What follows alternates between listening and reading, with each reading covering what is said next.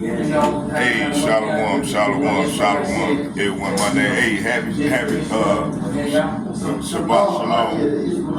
I'm just sitting here watching the elder apostle, man. I wish I was there with him. If I had a vehicle, I'd be up there with them, man. Them brothers, man, in Chicago. Cause that's where I'm from. I would most definitely be there with Elder Malcolm and the prophet, all my brothers. Hey, but I'm stuck over here in Minnesota, man. And then by the time I got ready to go there, to go there, had a car accident. I was gonna go down to Dallas. I was gonna pay Dallas a visit. I was gonna go to Memphis and Chicago. But man, I had a car accident and fucked my car up, man. My insurance wasn't intact. So I lost everything, man. I had about $10,000 in that damn car, man. Goddamn devil. Then they trying to make me pay another $10,000. And she came up and looked at the I said, man, you goddamn devil, man. I learned this in the 5th grade. So it's all good. So, yeah. But anyway, I was just sitting here listening to the video, man. I just got done the sacrifice lamb and the bitter herb and the bread. So yeah, I'm good now. I'm just sitting back now. I'm gonna do a fiery lesson. And this is part of the lesson right here. I'm just sitting here listening to these brothers out of Chicago. So they getting it in. Fairviews on the copyright statute of 1976. My brothers out of Chicago right here. They getting it in. Look at them. In Europe, but nothing wrong. They getting it in. Why is it so difficult for our people over here? And like I said, Fairviews on the copyright statute of 1976. I watched all the brothers. I watched Elder Malcolm. I watched He's bowed down today. They getting it in, boy. Hold on here. They down there. Lord, Yahweh Shati. They go Elder Rock Car getting it on. And we are getting it in. They go to Elder Manatazaba. Elder Yashua, he's on top of GMS right here. Got back dealing with other brothers. Y'all be watching these videos. We deal with brothers, we talk, and brothers get it. Yeah. And in the spirits, some brothers do, some brothers don't. All right. Some brothers is and he got right down here in Mississippi camp. There, I guess. The Mississippi camp right here. So, my mind is spirit and soul is with these brothers, man. These the brothers videos y'all be watching every day. They go to preach right there. Yashua, I keep on getting his name out of it. But hey, these the brothers out of Memphis and Mississippi right here. They be getting it in, man. See, we be getting it in. Alabama, Alabama in there. St. Louis, Mississippi. So yeah, man, these are all the big brothers videos y'all be watching every day. And man, listen, man, we ready to get the fuck out of here. While all the rest of y'all people, man, love this place. We love them. We can't get enough of them. So you niggas finna die with this devil. The Lord only coming back for his elect in the motherfucking way. So y'all, have fun. Enjoy Esau. And enjoy this nigga and his wealth. And while y'all still second-class citizens. So I ain't mad at you. If y'all would trust this devil, then you believe the report. So be it. We not gonna, I forgot one more. Let me go to Elder Apostle Tahar. They just got done. So I know they getting back, they sitting back, drinking their wine right now and celebrating the Passover. We supposed to eat this lamb in haste. We gotta make haste quick. Cause this is the year we came out of Egypt, the first Egypt. So let me see, there they go. Elder Apostle Gabar right here. He did a lesson earlier I was looking at. Let's get this other one. This all we know. Man, listen, this all we want to know. We ready to get the fuck out of here, man. We tired of this shit. All right. These brother here. All right. Shalom. Before we get started, their channel right there. Subscribe to their channel and be edified. Continue. We're gonna say double honors to the apostles, great millstones.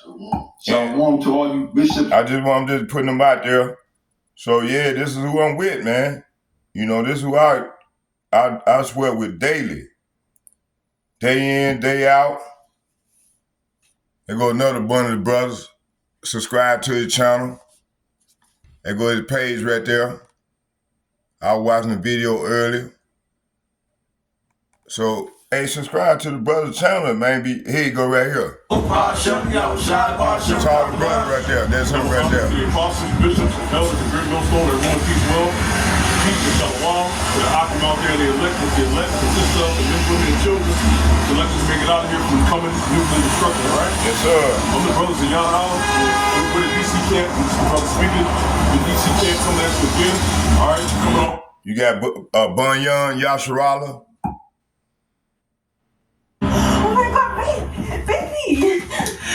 You've been injured through a car accident in the past 2 years. Well, let's help.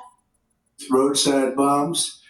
They were involved in the attack on the USS Cole. Look at this devil. And they carried out the countless other heinous acts, including the just horrible, bloody atrocities of October 7th in Israel.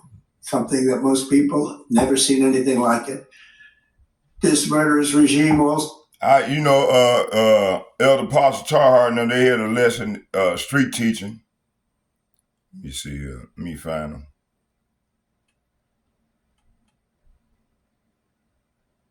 They ain't got a street teaching in there? Oh, there you go. Right here. We live. Yeah. Shalom. Elder Pastor This is Gavar. the Passover lesson.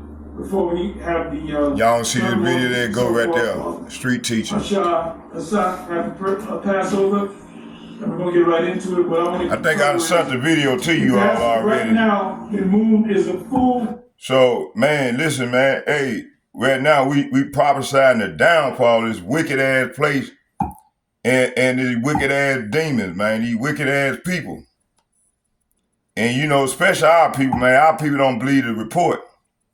They love the devil. You can let Esau can tell you something, they'll believe that shit. But when we tell them, man, that they the true people of God, and they got to call on the real name of the Lord, man, these niggas get offensive. They want to goddamn kill you.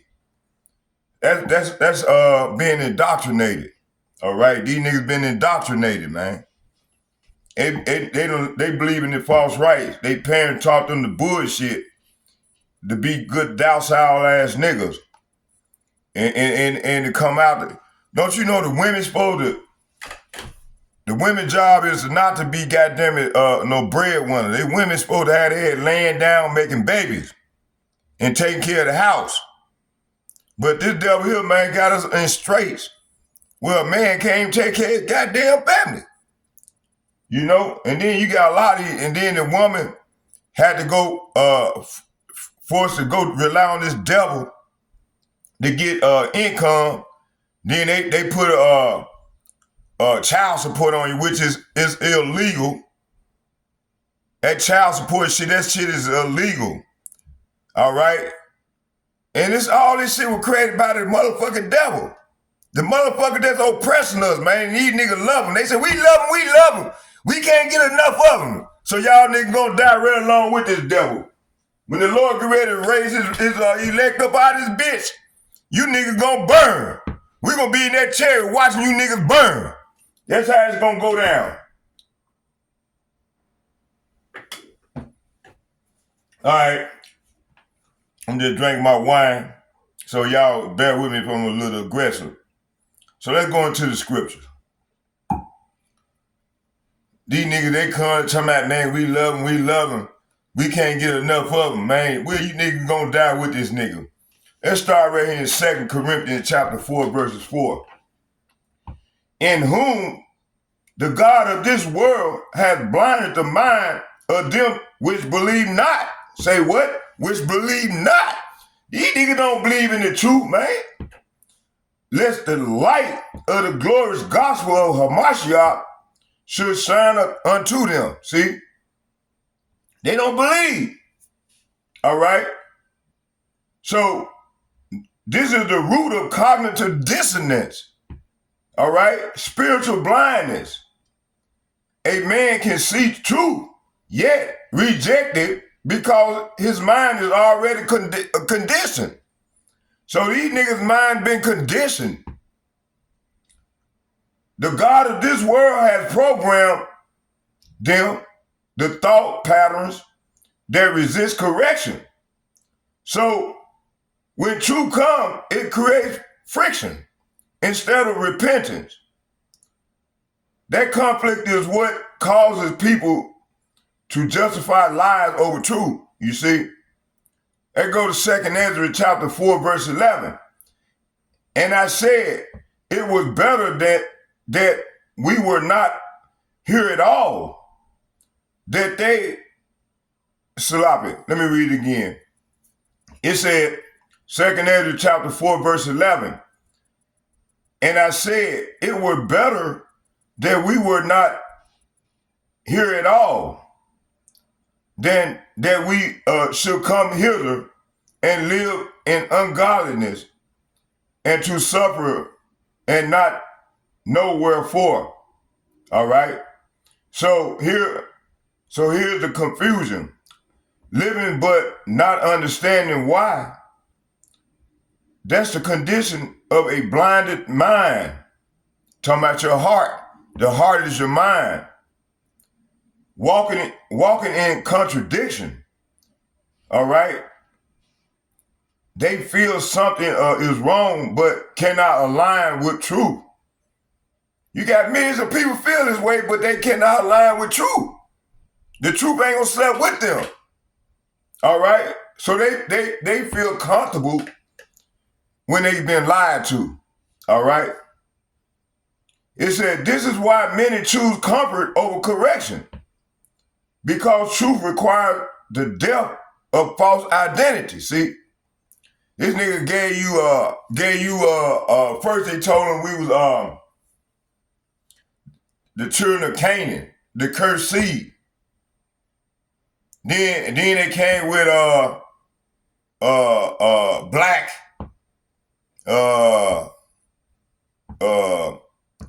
Jesse Jackson. He gave us the name Afro-American.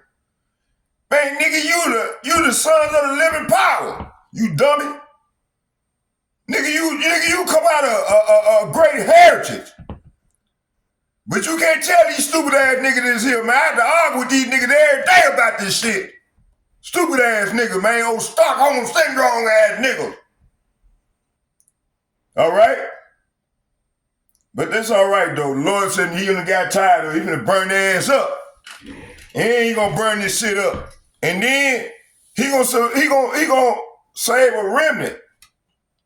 A remnant gonna be saved. That's why I say gonna be a lot of, hey, we ain't getting no pussy now, but hey, it's finna go down, Jack. Hey, these bitches gonna goddamn, they gonna flock to us. They gonna flee to you. Then you gonna be able to pick and choose. And then the Lord will have that spirit on you. You gonna see if they got any type of wickedness in them. If they wicked as hell, they gonna be rejected in that order. Believing in this bullshit. You know? Yeah, this is what's coming. And I hope y'all hear me. It's coming. It's coming real soon. Let's get that Isaiah 4:1. It's coming real soon. I don't need no man. Okay? Esau done put it in these bitches' mind. They don't need no man. Then when they did have a man, they didn't appreciate the man. They called the law, called the motherfucking white boy on them. Had the man locked up. The man couldn't take care of his kid. Now this nigga's all out of order. And these bitches running around here, riding the car carousel, got 3-4 different cars in them. All these different personalities now. Man, the Lord finna do a lot of killing, and the majority of these motherfucking people is women. They're finna be killed. This was coming. Man, you don't make no motherfucking sense. A man's supposed to be single. A motherfucking man's supposed to. This nigga told us, man, we could have one wife. Man, we supposed to have many wives. Man, we the kings of Israel. Dumbass people.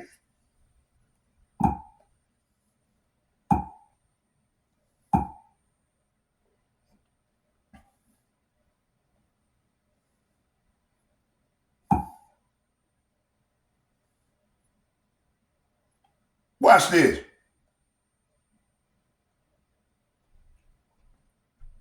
This nigga here. These motherfuckers here. These goddamn devils here. And these niggas love them. When Napoleon was defeated at Waterloo, most of Europe was focused on counting the dead. Fair use. Fair use. Copyright statute. Fair use. Counting profits. Nathan Rothschild. Unlike others who relied on messengers or newspapers, the Rothschilds had a private intelligence network, complete with couriers, carrier pigeons, and secret codes, faster than any government communication system. So while London was still unaware of the outcome, Nathan already knew Napoleon had lost. Seizing the opportunity, he went to the London Stock Exchange and began selling British bonds, creating the illusion that Britain had been defeated. Panic spread, prices collapsed, and investors rushed to sell. Then, at the lowest point, he quietly bought up the bonds. The next day, when the news of Britain's victory became public, the market soared, and Rothschild walked away with a massive fortune, making one of the most legendary financial plays in history. When Napoleon was defeated, most of Europe was... He missing that golden word, right? Illusion. Hold on here. Illusion. What does illusion mean?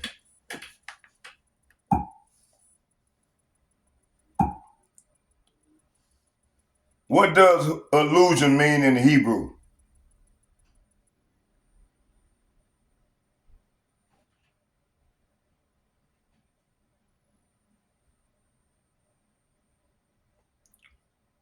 In Hebrew, an illusion is typically referred to as remez, which means a hint, clue, or subtle indication. It describes an indirect reference to a person, event, or text, mostly commonly the Tanakh, the Hebrew Bible, without explicitly naming it, relying on the reader's cultural knowledge to understand the connection. The definition remez is often used to imply a deeper underlying meaning or a subtle connection to a well-known story or concept.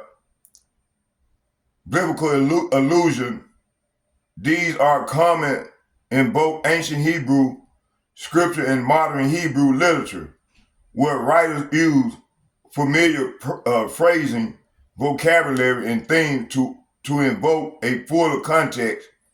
Example, a phrase might invoke a well-known story like Joseph, coat, or Garden of Eden to immediately convey a theme of envy or temptation without providing the full narrative as described in the literature analysis. Hint, allusion, ramazim, hence, allusion, plural, hafnaya, reference or referral. All right. Okay. Let's do this here. Hold on.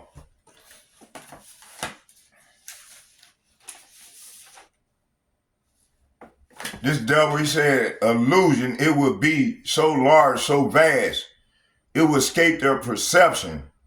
Those who would see it would be thought of as insane. See, so the prophets think It's thought of as being we crazy. They call us crazy. They call us insane. We will create separate fronts to prevent them from seeing the connection between us. We will behave as if we are not connected to keep the illusion alive. Our goal will be accomplished one drop at a time, so as to never bring suspicion upon ourselves. This will also prevent them from seeing the connection, the changes as they occur. We will stand above the relative field of their experience, for we know the secrets of the absolute. We will work together always and will remain bound by blood and secrecy. Death will come to those who speak. We will keep their lifespan short and their minds weak while pretending to do the opposite. We will use our knowledge of science and Let me read that again. It said we will use our knowledge of science and technology in subtle ways so they will never see what is happening. We will use soft metals, agent accelerators, and sedatives in food and water. Also in the air, they will be blanketed by poison everywhere they turn. Man, is that the act of a righteous man or the act of a devil? But yet, Jake love this nigga. You got Jake trying to save this nigga, man. We telling the Lord and the great to come and destroy these people, man. But Jake got trying to find ways to get this nigga in the kingdom. You know, Jake love their money. You know, a lot of these niggas, they done sold out, like Zakari and them.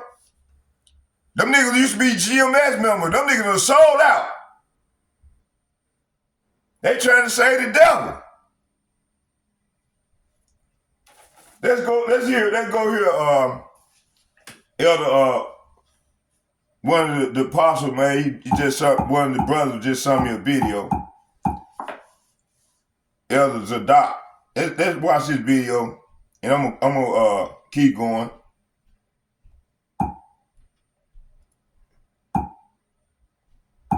On counting the dead.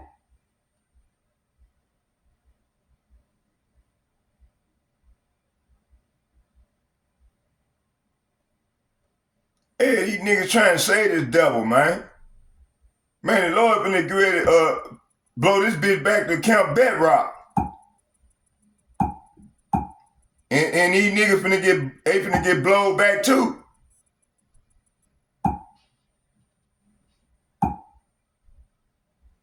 They don't believe the report. They ain't gonna believe it till them motherfucking missiles get to flying. And then Jacob trouble get to happening. And they get to snatched up and put in them goddamn concentration camps. Then they gonna know that A was a prophet amongst them. And they ain't gonna be talking that shit anymore. Right now, these niggas, they talking cash shit. Today, the first, they got their little check, their little welfare money, they talking shit. That's right. To Yahweh, Ba'ashir, Yahweh Shai, Ba'ashir, Rikah Quadash, and double honors to those great millstones while learned his truth, and also to those elect that scattered abroad. I like to say, Shalom. Come back here today with another great and powerful lesson through the spirit and the power of Yahweh, Ba'ashir, Yahweh Shai. The title of today's lesson is the virgin shall mourn, having no brides. Yeah. So I like to say Shalom to all our listeners and learners. It's coming. Hope to sweep you today and guide you back in the path of righteousness and back to your true power.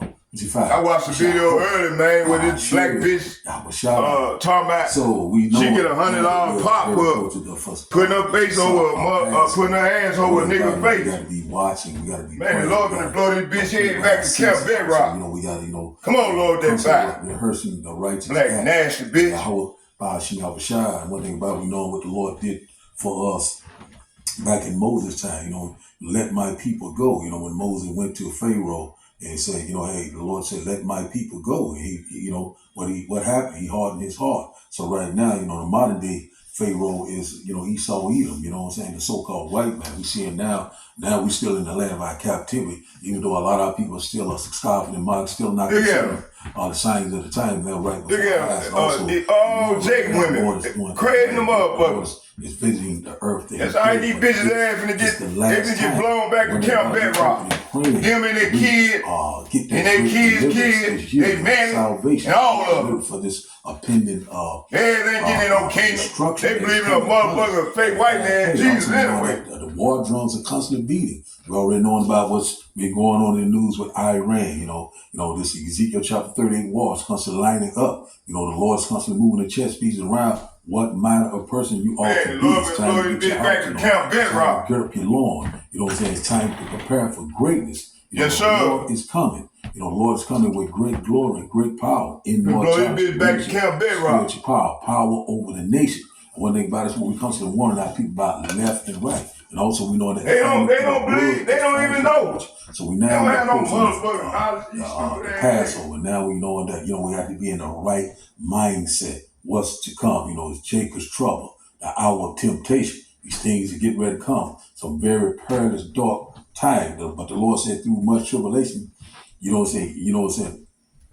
shall enter the kingdom of heaven through much tribulation. But one thing about it, we know that Jacob will be saved out of which in fact is the elect. And one thing about it, we know that Jacob's trouble is beginning. We see that World War III is beginning. Also, we see what the implementation of the RFD microchip, which in fact in the mark of the beast, these things are fast approaching. So right here, I'm gonna do a quick little lesson, right before the Passat, just go ahead and bring out another lesson. One thing about El Tahar said, you got to be on what they say, pilot mode or whatever like that. You got to constantly automatic pilot. You're constantly pushing these lessons out. You know what I'm saying? One thing about it, keep not silent. Warn them from me, because when the Lord bring it, they're not gonna be any more talking. So now we get into the Passat, we get into the in remembrance. Bring back it in the remembrance. Because once we recited these righteous acts in the past. There's no new thing under the sun. And so one thing about it, we're gonna give remnants to the Lord, because what we fear the Lord, we love the Lord. Yahweh Ba'ashim Yahushua. So this is a little short lesson here. I think it's about 53 minutes long. I'm just letting it go, in continuous right now. And I got it on mute. But anyway, the lady's talking about in the video that they was lying, saying they're not sending 3,000 or 5,000. She said that someone in the military told her that they sending tens of thousands to this so-called Middle East region, the Persian Gulf region, which in fact is the Levant region.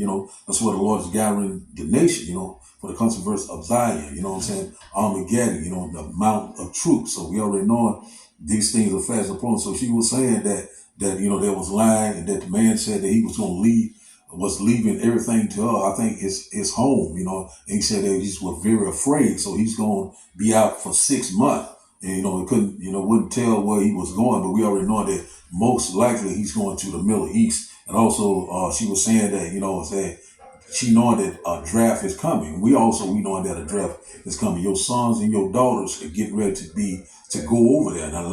And guess what? A lot of them are not coming back alive. Anyone that goes over there and fighting this last and final war, which in fact is World War III, the last and final war before the great and glorious return of Yahweh Ba'ashim Yahushua, you're not coming back. You're going to be totally destroyed. So that's where we at right now. So that's exactly what they're doing. They're setting the stage. And also, in the lesson I did yesterday about that, the UN was coming together, and I think it was one of those. I think it was an advisor. He quit. Saying that they was thinking about going nuclear with Tehran over there in Iran. Saying that they're dropping a nuke. So we already know that these things are fast approaching. We know that the devil's getting ready to come down with great wrath. That's why we got to be in the right mindset. Wisdom and knowledge should be the stability of time. Your faith is getting ready to be tried. So we're right upon the facade, and hopefully and praying that this will be the last one. So we're going to start this video up. We're going to get a few precepts, and we're going to get out of here. Very short lesson today, because we're going into the Passover. And once again, peace and blessing to you all, and hoping and praying that we're part of the hopefully letting that. Man, get it, brother. You know what I'm saying? When that time of trouble comes, the Lord will remember us in time of trouble. The Lord will sustain us in time of trouble. You know what I'm saying? And also the Lord will come to deliver us. You know what I'm saying? Man, that's where we at right now. How long, oh Lord? So we're going to start this video, and our video will get a few precepts. We'll close out very fast. quick lesson, Salaki, through the spirit and power of Yahweh Shema. So let's start it back up. One moment. Go back out and go back in. One moment.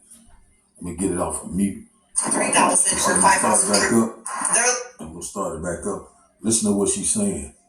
They're lying to you. It's not just 3,000 or 5,000 troops that are being deployed. It is tens of thousands of troops that are being deployed. I just got off the phone with one of the Airbnb hosts that I work with. Airbnb is one of my main sources of income. And this host is going to be gone for over 6 months. I can't disclose where he's going to be gone at, but he's going to be gone for over 6 months. And he's leaving his house in my name. Like, he's actually really nervous to go down there, and he's leaving his house in my name.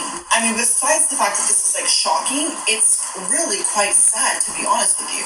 And he was saying that it's not just the 3,000 or 5,000 troops that are currently leaving, that it is tens of thousands of troops that are getting their orders to leave. So if you think that there's not going to be a draft, think again. So now let's start the lesson. We'll start here first in 1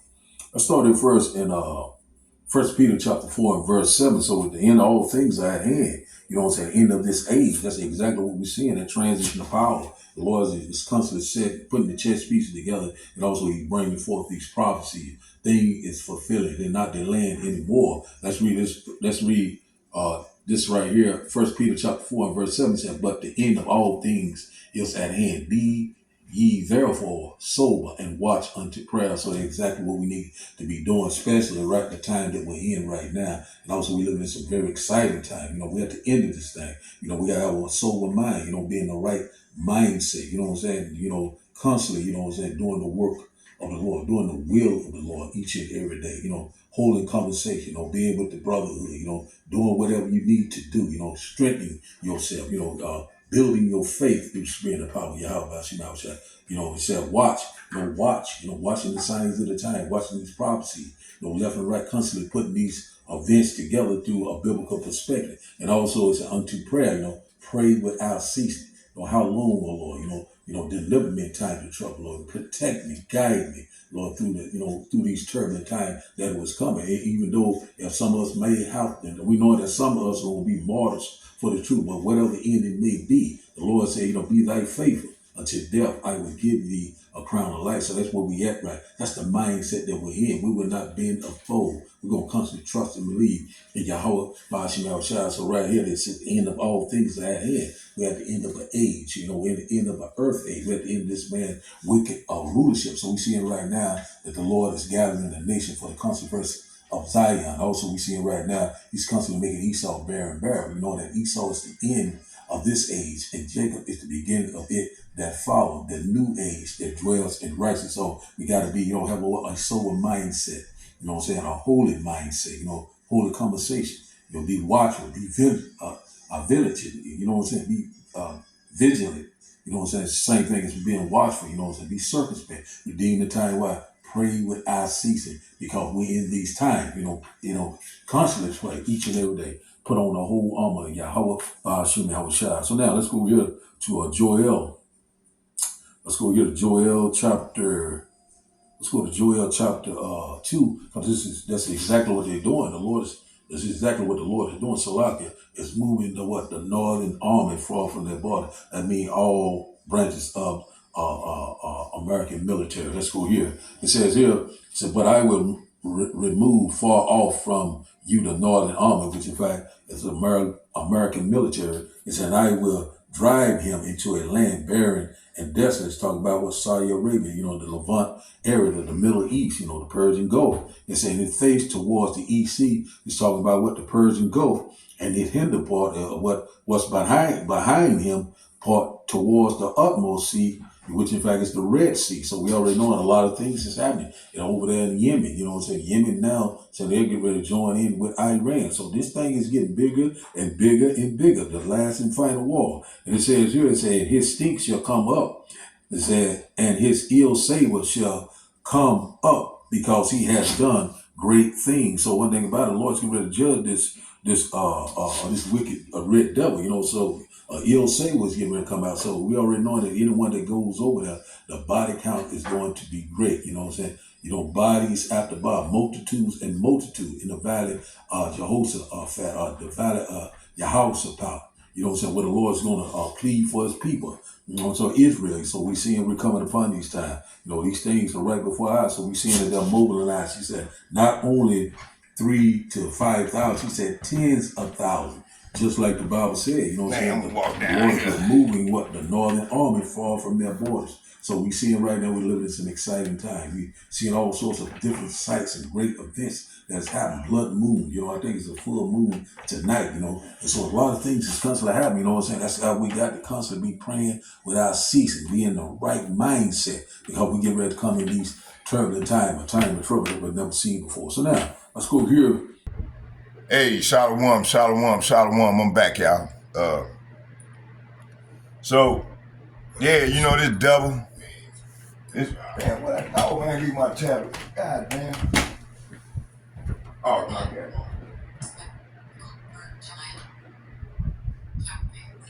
Well, I was going to have a fit. I was just there. I left the Holy Grail.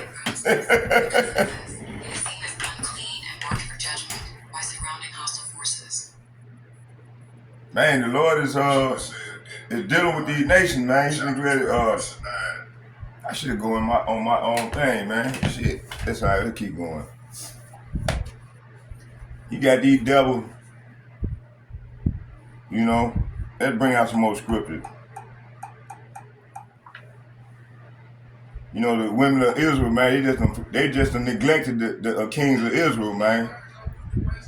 They don't think the Lord is capable of replacing us and putting us back in our position, man, which this is what's going on right now, you know. At the brothers, man, we you know, try to rehearse the righteous act to the best of our ability, man, and recognize who our power is. Hey, that's part one. That's phase one of being restored. And believe me, man, the angels are taking notes and knowing who's doing what. All right? Okay? While everybody else out here trying to, you know, a lot of our people, man, they still, you know, they got these podcasts and shit, but they ain't referencing the Lord. You know, hey, man, that shit been ready to play out, Jake. Y'all need to come on in, man. We shouldn't have to, you know, y'all watching our pages and shit, man. Why come y'all ain't trying to come on with it, man? The Lord finna set a barrel up, man, and if y'all ain't coming correct, man, you finna be terminated. For real, man. That's why we've been, you know, trying to, you know, to show y'all the right way, starting with the elder apostles and the bishops and the like-minded men on down, man. This is what we doing. That's why we coming hard. We ain't trying to please nobody. We ain't being no pleasers in this shit, man. Cause this is about us. This is the Lord. The Lord said this is our inheritance. And see, this is what y'all done did, Jake. Look at Dave Chappelle. See, he wanted to know. He know what's going on, but he won't come back. See, that's a typical Jake for you. You see? You got them brothers, these brothers out of Trinidad. Let me get them in here. Man, see, the Lord doing this thing, man. Look, GMS Trinidad, man. See, man, the Lord is restoring his people right now. The kings, the priests, and prophets. Man, the Lord is putting us back in our position right now. And everybody in GMS calling on Yahweh Ba'Shem Yahushai. And then you got other camps that's calling on the Lord's name. You know? Yahushai Mashiach.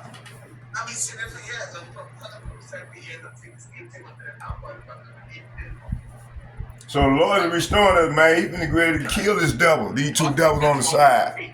See them two devils there? The Lord is ready to do away with these devils. Look at them.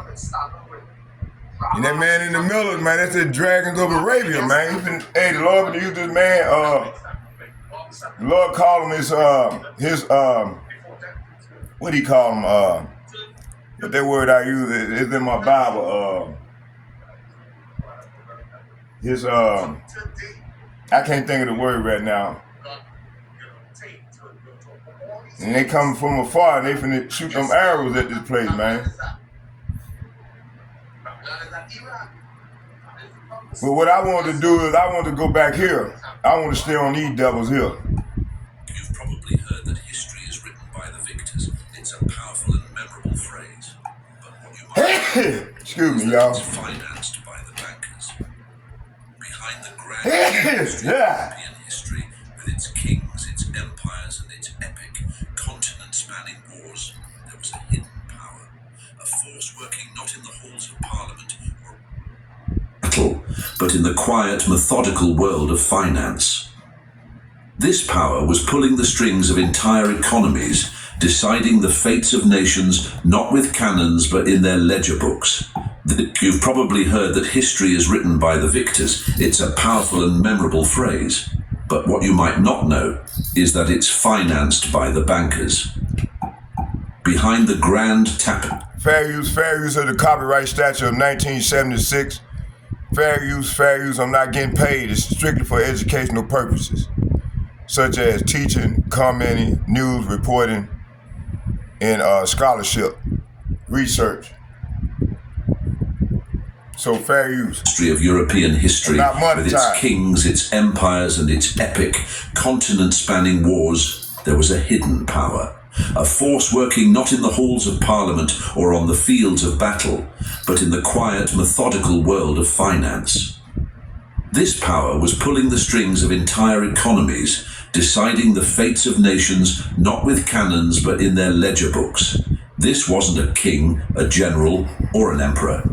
It was a family, a dynasty that clawed its way out of the most unlikely, most oppressive circumstances imaginable to become the wealthiest and most powerful family on earth. In doing so, they created the very system of international finance that runs our world today. They were the architects of a financial revolution, the secret bankers to kings, and for centuries, the targets of awe, jealousy, and dangerous myth. Their story isn't just about getting rich. It's about inventing a whole new kind of power, a power that could cross borders, ignore flags, and ultimately shape the modern world. What if I told you that the modern world of finance, the entire complex system that powers our global economy, the system that allows money to flash across the planet in an instant, was designed in its essence by a single family? A family that began their journey walled off from the world in a German ghetto, who rose to become the secret financiers behind kings and empires, funding their wars and rebuilding their nations. This is the incredible story of a father and his 5 sons who, armed with a revolutionary idea and unbreakable unity, didn't just make a fortune, they conquered the world of money itself. This is the story of the Rothschilds. Our story doesn't start in a palace or a grand estate, but in the cramped, oppressive, and often dangerous alleys of the Frankfurter Judengasse, the Jewish ghetto of Frankfurt, Germany. In the mid-18th century, this wasn't just a neighborhood. It was a prison. It was a narrow, half-mile-long street, walled off from the rest of the city, with gates that were locked every night, on Sundays, and on all Christian holidays. Thousands of Jewish families were forced to live here, stacked in overcrowded tenements, subject to harsh, discriminatory laws, and the constant threat of prejudice and violence. Life was a daily struggle for survival and dignity. Yet with it... You see how they use the media and try to glorify themselves? In these walls, a spirit of fierce resilience, deep community, and sharp intellect thrived. This is where Meyer Amschel Rothschild was born in 1744. His world was defined by walls, both literal and figurative. As a Jew in the Holy Roman Empire, a chaotic patchwork of hundreds of tiny states and principalities, he was barred from most professions, forbidden from owning land outside the ghetto, and burdened with special, punitive taxes. His father, Amschel Moses Rothschild, was a small-time tradesman and money changer who did business from the ground floor of their shared home. The house, like others on the street, didn't have a number but a symbol. His was a red shield, a Rothschild in German. That simple sign hanging over a humble ghetto business would one day become the symbol of a global empire. Meyer was a bright boy, and his parents intended for him to become a rabbi, a life of scholarly devotion. But this path was tragically cut short. When he was just 12 years old, a smallpox epidemic swept through the ghetto, and both of his parents died. Orphaned and alone, Meyer had to survive. The responsibility fell on his relatives, who recognized his intelligence with numbers.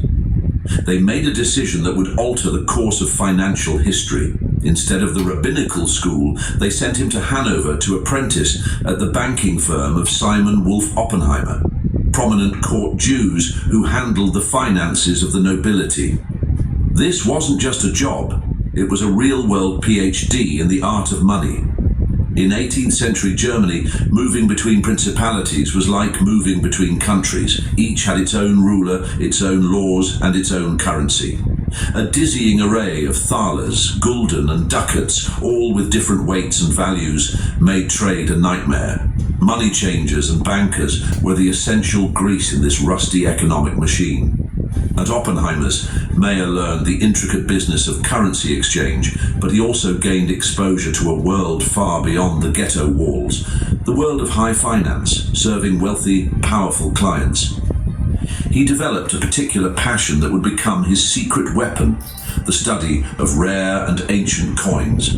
He became an expert numismatist, learning the history, rarity, and intrinsic value of coins from across the ages. This niche expertise was more than a hobby, it was his ticket out. Returning to Frankfurt in his late teens, he started his own small business, trading these rare coins and other antiques. He built a reputation for being scrupulously fair, utterly reliable, and possessing an encyclopedic knowledge. This reputation soon attracted wealthy collectors, including powerful nobles looking to add to their cabinets of curiosities. His most important client turned out to be General von Estorff. The general, a keen coin enthusiast himself, was deeply impressed by the young man's sharp mind, his expertise, and his solid character. This personal connection changed everything. Why? Because General von Estorff was in the service of one of the wealthiest men in all of Europe, Crown Prince Wilhelm of Hesse. The introduction was made, and suddenly Meyer Amschel Rothschild was in the orbit of immense power and unimaginable wealth.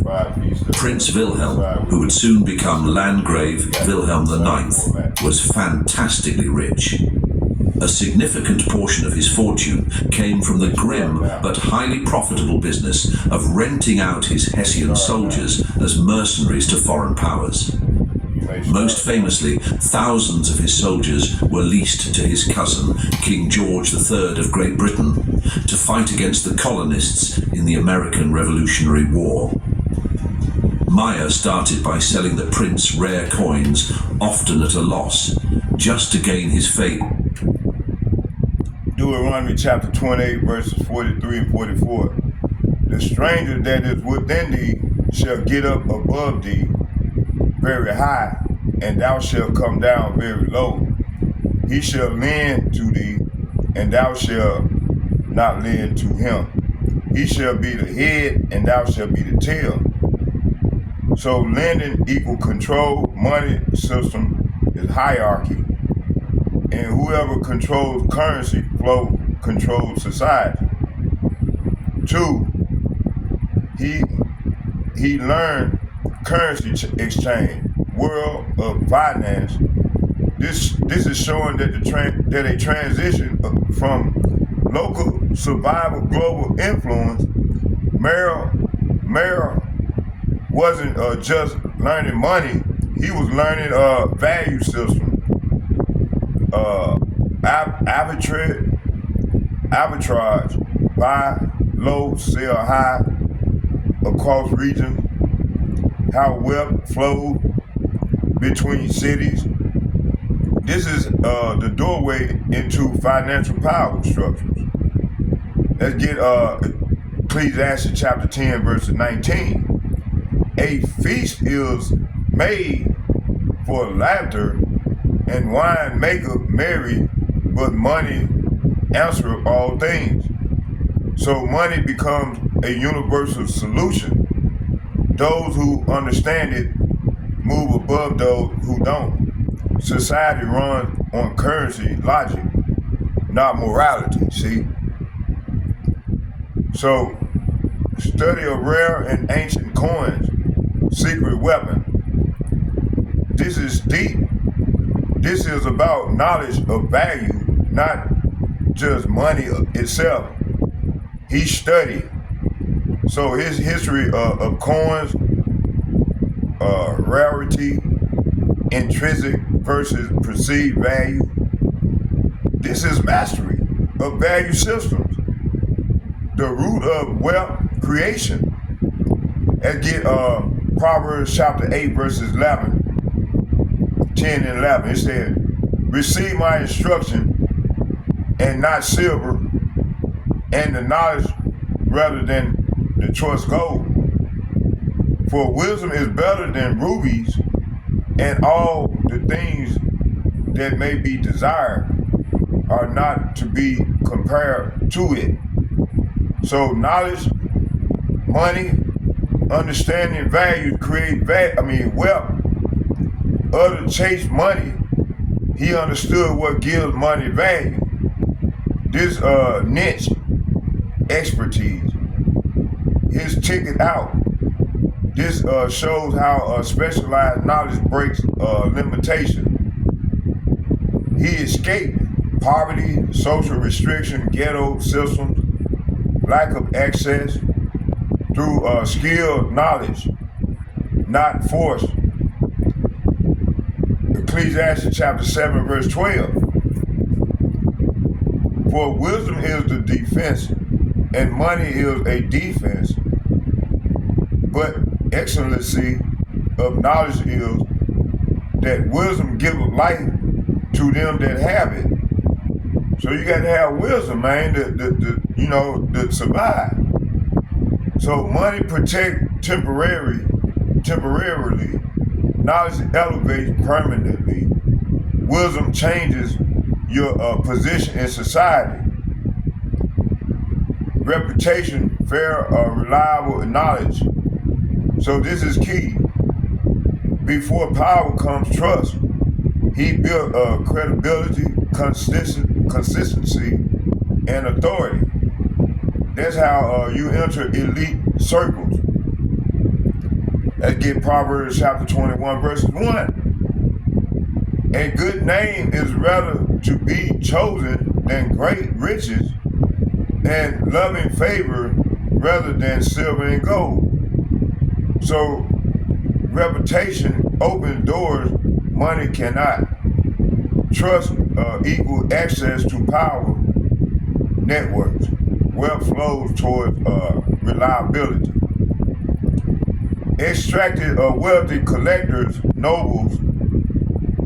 Now you see the shift from outsiders to insiders, from smaller traders to elite suppliers. He positioned himself where wealth already existed. Proverbs chapter 13 verse 20. He that walketh with wise men shall be wise, but a companion of fools shall be destroyed. So environment determines elevation. Access to elites equal access to power. Association changes destiny. So General von Arstoff, most important client, this is the turning point. Connection to power, military and nobility. All right.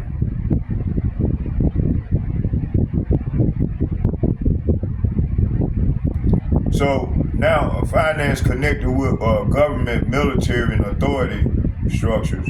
This is where money meets power. Ecclesiastes chapter 10 verses 20. Let's get that.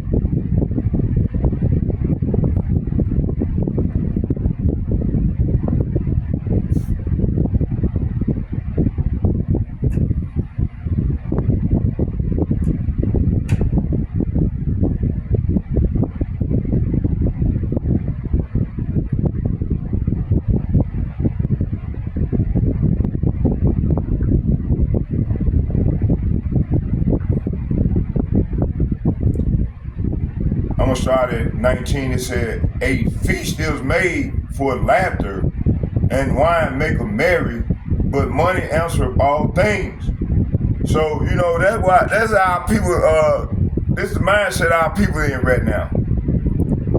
Let's read that again. A feast is made for laughter, okay, and wine make 'em merry. See, wine make 'em merry, but money answer all things. Okay, the party gives laughter, wine gives happiness, and money gives everything. See, this is the mindset our people think. Okay, it said, curse not the king, no, not in thy thought, and curse not the rich in thy bedchambers, for a bird of the air shall carry the voice, and that which have wings shall tell the matter. So never make light of the king. See, never make light of the king, even in your thoughts, and don't make fun of the powerful, even in your own bedroom. For a little bird might deliver you your message and tell them what you said. You see? That's so true. Hey, this word that went out in the gate of the nose. Well, let's get that one. That line up with what I'm reading. Man, this is beautiful. This truth went out into the gates of the noble. Isaiah chapter 13, verse 2. Hold on, y'all. Hold on. I'll be right back. Let me grab my Bible.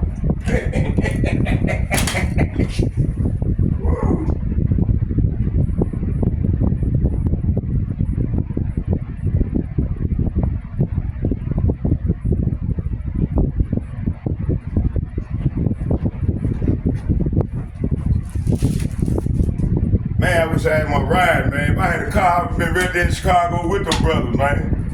Cause that's where I'm from. And most of them dudes is my family members, man. And over there in jail there. They were there with Elder Malcolm. Hey, they thick as a snicker.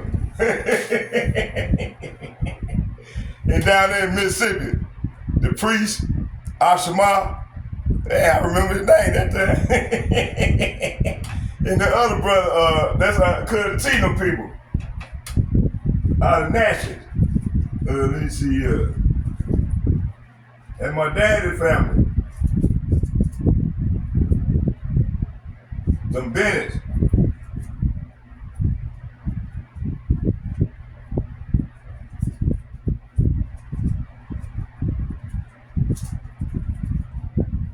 Oh, y'all, I'm still here. Oh, we can have some fun with this thing. Uh-oh. Woo, look how we push up. Got some meat on that bone there, boy. Hold on.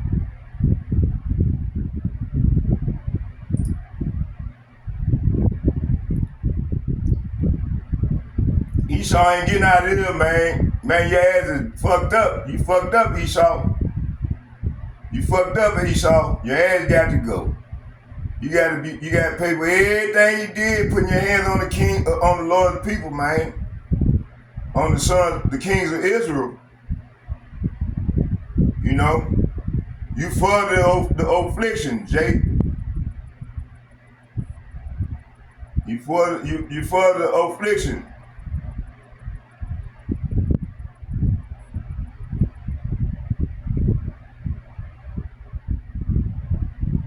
Man, this thing is deep, boy. Hold on, man.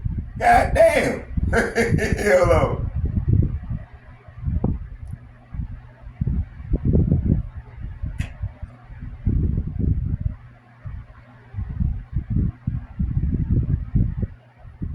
Oh shit. Uh-oh.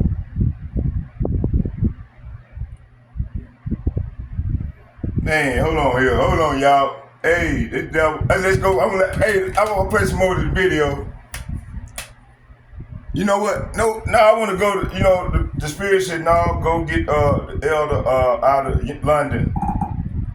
Cause he went hard, man. I was in this video, man. It like the spirit, man, was on me, man. When that brother be doing the video, man, the spirit just move in me, man. So, hold on, that's some more of this, and then we're gonna go back. Just to gain his favor and prove his value, Wilhelm, a shrewd man, quickly saw that this humble man from the ghetto had a financial mind like no other. He began entrusting Meyer with small financial tasks which were always executed flawlessly. In 1769, a new sign, a symbol of immense pride and a crucial step up, went up over Meyer's little shop.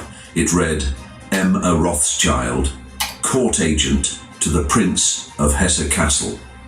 That title was a game changer. A court agent, or court Jew, was an official position that granted special privileges.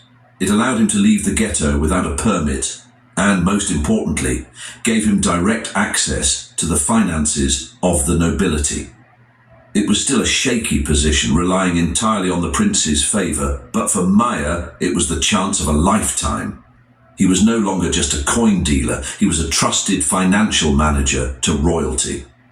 And then, history came knocking with a battering ram. The French Revolution exploded in 1789, sending shockwaves of terror and revolutionary fervor across Europe, kicking off decades of war. For most people, the Napoleonic Wars meant chaos, destruction, and death. For Meyer Amschel Rothschild, they were the single biggest business opportunity in history. When Napoleon's armies marched on Hesse in 1806, Prince Wilhelm had to flee into exile. He had one overwhelming problem: how to protect his massive fortune from being seized by the French. He turned to his most trusted court agent. In a move that would seal the Rothschild family's destiny, Wilhelm sought favor, but for Meyer, it was the chance. You've probably heard that history is written by the victors. It's a powerful and memorable phrase. But what you might not know is that it's financed by the bankers. Behind the grand tapestry of European history, with its kings, its empires, and its epic, continent-spanning wars, there was a hidden power. A force working not in the halls of Parliament or on the fields of battle, but in the quiet, methodical world of finance. This power was pulling the strings of entire economies, deciding the fates of nations not with cannons but in their ledger books. This wasn't a king, a general, or an emperor. It was a family, a dynasty that clawed its way out of the most unlikely, most oppressive circumstances imaginable to become the wealthiest and most powerful family on earth. In doing so, they created the very system of international finance that runs our world today. They were the architects of a financial revolution, the secret bankers to kings, and for centuries, the targets of awe, jealousy, and dangerous myth. Their story isn't just about getting rich. It's about inventing a whole new kind of power, a power that could cross borders, ignore flags, and ultimately shape the modern world. What if I told you that the modern world of finance, the entire complex system that powers our global economy, the system that allows money to flash across the planet in an instant, was designed in its essence by a single family? A family that began their journey walled off from the world in a German ghetto, who rose to become the secret financiers behind kings and empires, funding their wars and rebuilding their nations. This is the incredible story of a father and his 5 sons who, armed with a revolutionary idea and unbreakable unity, didn't just make a fortune, they conquered the world of money itself. This is the story of the Rothschilds. Our story doesn't start in a palace or a grand estate, but in the cramped, oppressive, and often dangerous alleys of the Frankfurter Judengasse, the Jewish ghetto of Frankfurt, Germany. I didn't get you all. In the mid-18th century, this wasn't just a neighborhood. It's going to be a 2.5 hour lesson here. It was a narrow, half-mile-long street, walled off from the rest of the city, with gates that were locked every night, on Sundays, and on all Christian holidays. Thousands of Jewish families were forced to live here, stacked in overcrowded tenements, subject to harsh, discriminatory laws and the constant threat of prejudice and violence. Life was a daily struggle for survival and Hey, you see how they can use the media? This man said they control the media. So hold on, I'm gonna find the receipt. I'm gonna let it play on a little bit. Let me find the receipt. Yet within these walls, a spirit of fierce resilience, deep community, and sharp intellect thrived. This is where Meyer Amschel Rothschild was born in 1744. Hey, we will establish a money system that will imprison them forever, keeping them and their children in debt. Okay? We will take over their land, resources, and wealth to exercise total control over them. We will deceive them into accepting laws that will steal the little freedom they will have. His world was defined by walls, both literal and figurative. As a Jew in the Holy Roman Empire, a chaotic patchwork of hundreds of tiny states and principalities, he was barred from most professions, forbidden from owning land outside the ghetto, and burdened with special, punitive taxes. His father, Amschel Moses Rothschild, was a small-time tradesman and money changer who did business from the ground floor of their shared home. The house, like others on the street, didn't have a number but a symbol. His was a red shield, a Rothschild in German. That simple sign hanging over a humble ghetto business would one day become the symbol of a global empire. Meyer was a bright boy, and his parents intended for him to become a rabbi, a life of scholarly devotion. But this path was tragically cut short. When he was just 12 years old, a smallpox epidemic swept through the ghetto, and both of his parents died. Orphaned and alone, Meyer had to survive. The responsibility fell on his relatives, who recognized his intelligence with numbers.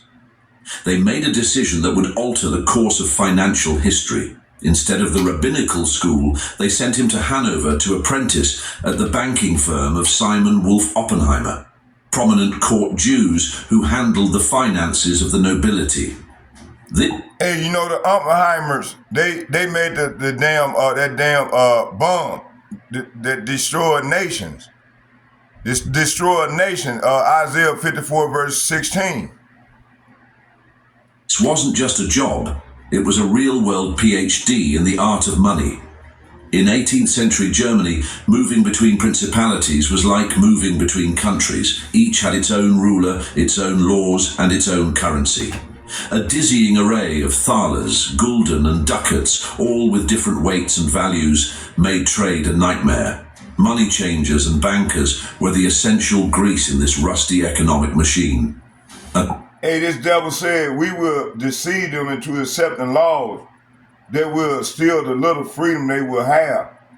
We will establish a money system that will imprison them forever, keeping them and their children in debt. So that's where you got this money system that they got now.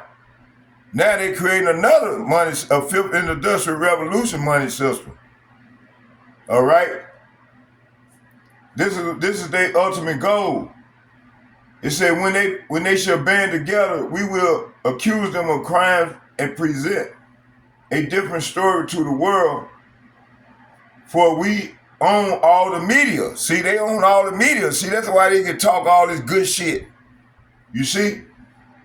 We will use our media to control the flow of information and their sentiment in our favor. Is this not going, what is this nigga doing? It looks like you're highlighting some. All right, hey, come on, don't hear that shit. They control you. Come on now, let's come on with the precept. I'm on 5 lines of pre-commentary. Yeah, let's go and get it. So the story begins with the chaos and opportunity European rulers facing invasion and economic instability. In 1806, the Landgrave of Hesse fled Napoleon's army, entrusting his vast fortunes to Mayor Amschel Rothschild. This act was not just financial, it was strategic, creating a network that would survive wars, move capital, and influence nations.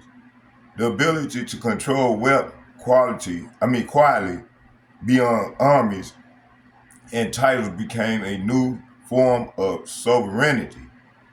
This moment makes the birth of an international banking system that shaped global events for centuries. And this is what we at right now. The end of this shit.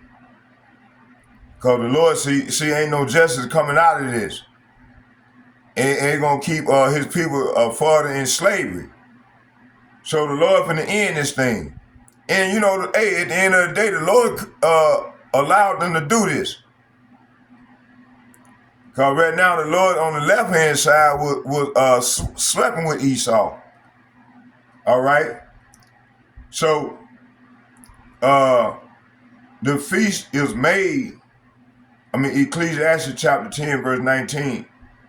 A feast is made for laughter and wine maketh merry, but money answer all things. See, so that money answer all things.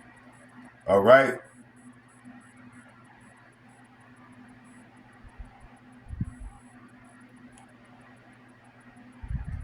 So money is the lever behind every visible power. It answers problems armies cannot solve. The achieves gold kings alone cannot reach. By controlling liquidity and credit, Rothschild turned vulnerability into opportunity.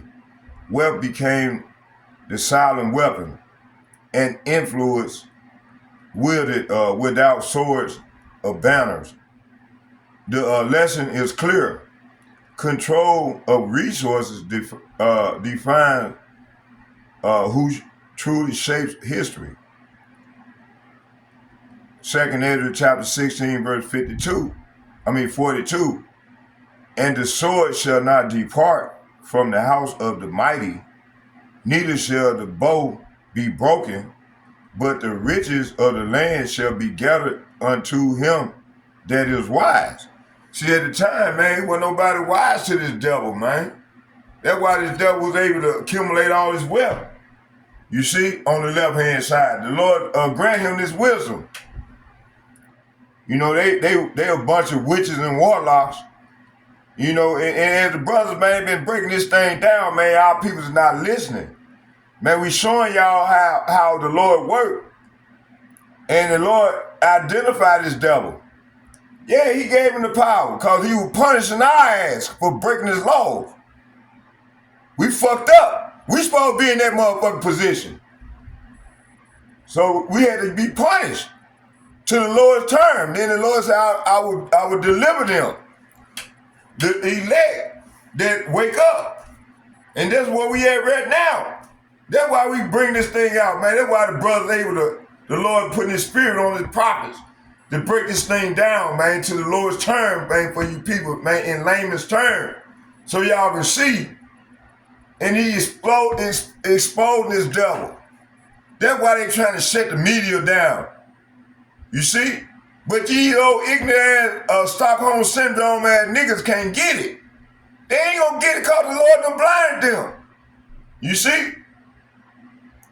2nd Ezra chapter 16, verse 42. And the sword, say what? And the sword shall not depart from the house of the mighty, neither shall the bow be broken, but riches of the land shall be gathered unto him that is wise. See, hey, we weren't wise to the Lord. If we were wise to the Lord's law, we wouldn't have been breaking the law. We were wise to Esau's laws. We making golden calves, calling ourselves this, calling ourselves Muslim, calling ourselves Jesus Christ, calling ourselves all these pagan names, man, that these devils gave us, man. calling ourselves Christians. Man, we the real Hebrew Israelites. The Israelites, man. The northern and the southern kingdom, which consists of the Negroes, the Latinos, and the Native Americans. The Lord's people, man. We are the children of Israel, man. The real children of Israel. But you can't tell no Negro that, because this nigga ain't got the mind to see. He been blinded. So the Lord got his ass set for destruction. When he gonna burn this nigga up. These Negroes, these Latinos, these Native Americans that can't get it, man, they able to burn. They able to die by the sword. Man, we at the end of this shit, man, this reign of this man terror. And the Lord is sending prophets, man, to break this thing down. So critique it so y'all can understand. You ain't getting this out of no motherfucking church. Man, the spirit ain't with them niggas, man, because they dwelling with the damn devil. Man, the same way the Lord was speaking to the people back in the day. He had to run from these niggas, man. They were so fucked up. The Lord who y'all even call Jesus Christ, man, he had to run from these niggas, man. He come on the earth, man, humbling himself, man. He had the power to destroy Red Dead. But he was so humble, man. Man, he had to run from his own people. Man, hey, I love a cold feast, man. Hey, Lord, your house was something else, man. And he took it to the goddamn Pharisees, his motherfucking brothers. Them fucking Pharisees, man. Them niggas, they done took on Esau, them Greeks, motherfucking ways. To this day, they doing the same motherfucking thing like in them churches, in them harlot houses. Start with that motherfucking Catholic church. Man, all you see them niggas, they running down there standing in line to get them hand-me-down. From the Basilica all the way to St. Olaf. We right now has to be one of them. These are niggas that got you homeless. Stupid ass, man.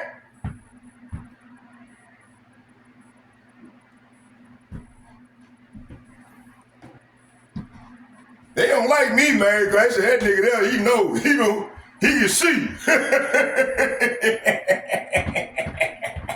Goddamn right. All praise to Yahweh, by ourselves, Yahweh, by ourselves, the Kakadaka. Man, look, the Lord sent them locusts in 1980. Man, put them locusts in my car, man. I woke my ass up, but hey, I was still asleep. He had to send me to the penitentiary, and then, turn everybody against me, man. He could have killed me a long time ago. I seen Dell down there in Dallas. Man, I've been traveling. I'm a traveling vice lord, man. I've been seen this shit. Seen it. Man, the Lord took me out of that lifestyle. He said, no, you belong to me, son. Brought me back. And I've been representing him ever since.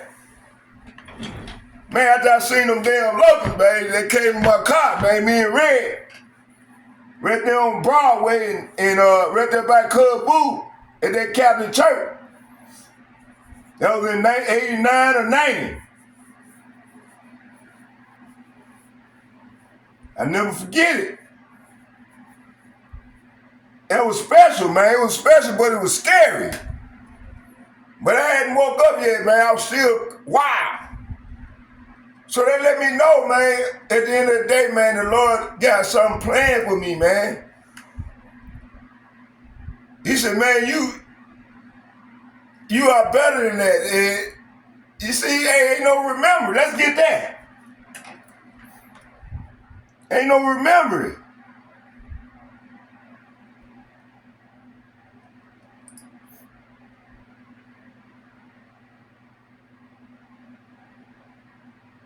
What is it, Ecclesiastes?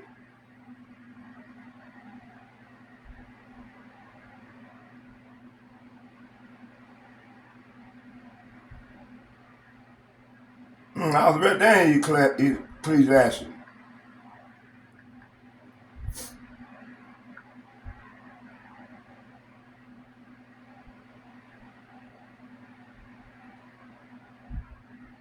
all the rivers, Ecclesiastes chapter 1, verse 7, all the rivers run. Matter of fact, let's do this here. Let's get this. Hey, hold on, man. I'm with y'all. I'm with you, man. Leave me alone. I'm with y'all, man.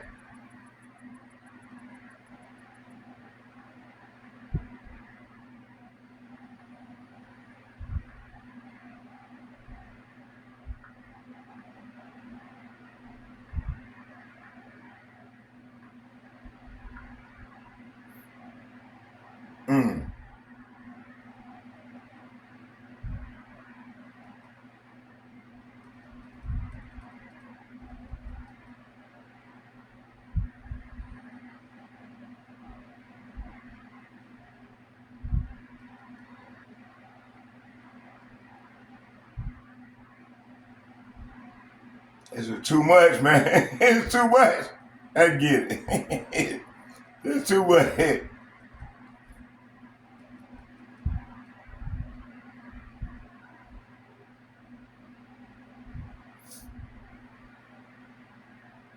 The cycle of natural order. It said everything is in creation moves in patterns ordained by Yahweh.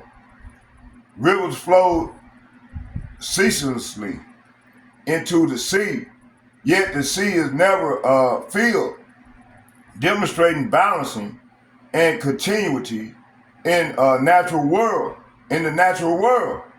This verse speaks to cycles, resources are used, are replenished, yet no single accumulation is permanent. In human society, just like rivers returning to the source, their source, system of power, wealth, and influence followed a similar ebb and flow. Understanding this cycle is key to interpreting historical events and the rise and the fall of empires. Ecclesiastes chapter 1, verse 7. All rivers run into the sea, yet the sea is full unto the place from whence the rivers come. Thither they return again. See, so everything gonna happen over again. Man, that's why I was saying, man, man, the Lord had to send me through this shit. It ain't all I went through, man. I've seen some shit. Man, listen, man, I'm 59 motherfucking years old. Man, listen, the Lord has showed me some astounding miracles. And now I'm here to tell about it. I ain't gonna shut up until I tell it all and be loud about it, man. Man, listen, I was a Moor, I was a Muslim, Buddha, I took Hinduism, I did all that shit. Man, that shit wasn't me. The Lord said, no. Man, you are the Son of God. But he had to send me through the pain to wake my ass up. And then he sent my ass to the penitentiary so I could start back reading. That was the purpose for me sending me to the penitentiary. So I can think, use my fucking head. But I still didn't come out, to the truth until I got on these bricks. But still, once I got on the bricks, I still had these cycles of niggas that I dwelt with, family members, niggas that I knew on the streets, niggas I ran with in the world. Man, the Lord drew them all against me, man. He said, I want you to myself. He made me homeless. And man, I didn't fuck with nobody else for 4 years. Just following that voice and remembering the locusts. I said, man, the Lord wanted to send me through all this here. So he kept my mind fluctuating on what he done showed me over the years, and it was like a puzzle and trying to get me to put it together. And one day I watched them brothers. I watched Minister Farrakhan, man. He'd be always making motivational speeches. And that lesson, man, drew me to the children of Israel. Who is the children of Israel? Who are the real true children of Israel? I didn't think nothing about no children of motherfucking Israel. But I watched that video, and that video captivated me, man, to start researching. And I'm not no dumbass, man. I can read. I read the Quran. I read the Bible. But I knew it was side bars on the Bible. I said, man, I got to go back and read it and understand this stuff, man. And I asked the Lord, I said, Lord, give me the spirit. I said, Lord, bring the spirit to me, man, and show me what's going on. And his first job was he put me in the thing. I was watching the ICIU, HOI, you know, after watching Mr. Farrakhan video, and you know, and man, it's been a beautiful journey, you know. He said, I'm gonna give you all the Hebrew Israelite groups, and I'm gonna show you all about all of them, and I'm gonna give you the right one at the end. And then that's the one I want you to follow, and you follow from here on out. And you're gonna be part of this group, this mighty group. And I'm gonna bring about my prophecy through you in this mighty group. And I've been following it, because I was trying to get it from my beloved brother, Amawad Abad. I begged him, I got mad at him. I said, man, tell me what's going on. He wouldn't even tell me. I said, man, I seen the sign about the locusts. He said, man, you going off? I said, man, I was trying to send him a long-ass text message. Man, tell me what's going on. The Lord didn't put in this spirit to tell me. He said, I'm going to tell you. But I need you to follow these people. I need you to humble yourself and follow these people. And you're going to, you know, through the spirit, you're going to understand as you go. And it's beautiful. It's like a melody. It's a melody. Hey, it's a melody. And then, you know, when I go out and prophesy, hey, the Lord made something happen, man. He told me, hey, he said, son, go out and prophesy toward the wind. I got you. You know, it's a beautiful feeling, man. It's a beautiful feeling, man.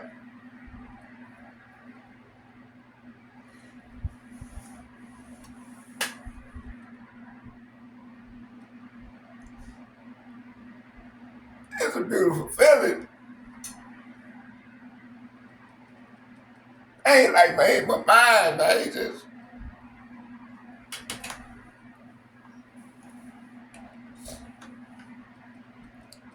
man, I see a lot of shit. I see death. Man, I see it all. Man, I'm so adamant, man. Tired of this shit. Man, you niggas ain't trying to get right, man. May the Lord destroy you motherfuckers. Stupid ass people. Stockholm Syndrome ass niggas.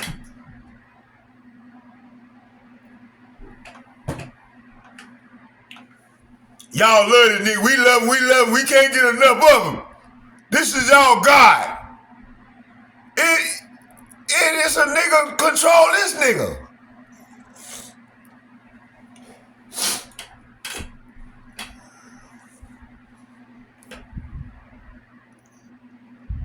I'm gonna bring out a couple more precepts and then I'm gonna finish.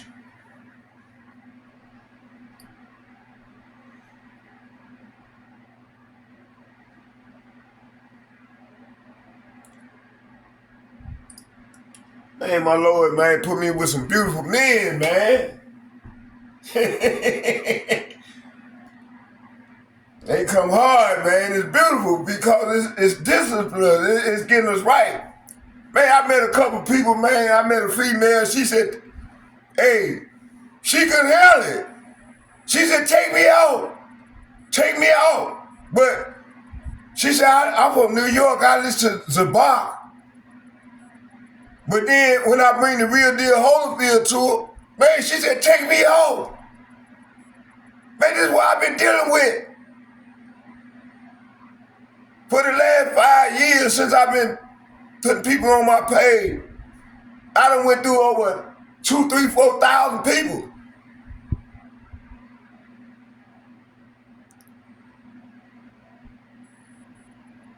For real. But the Lord told me to do it that way. He won't, because they ain't gonna have no excuse in that day when he destroyed their ass. I'm gonna keep on doing what he told me to do. He said in the prophet love, that's why the brothers come to send these videos to me, man. It's a whole, it's a body, it's one whole. Hamashiachins. Yahushua Mashiach. Man, his temple is being built right before our only people, man. These niggas can't get it. So they ain't gonna have to learn the hard way. I ain't gonna keep on begging no nigga to get it. That means the Lord ain't dealing with you niggas. For real. Let's go, let me do this here.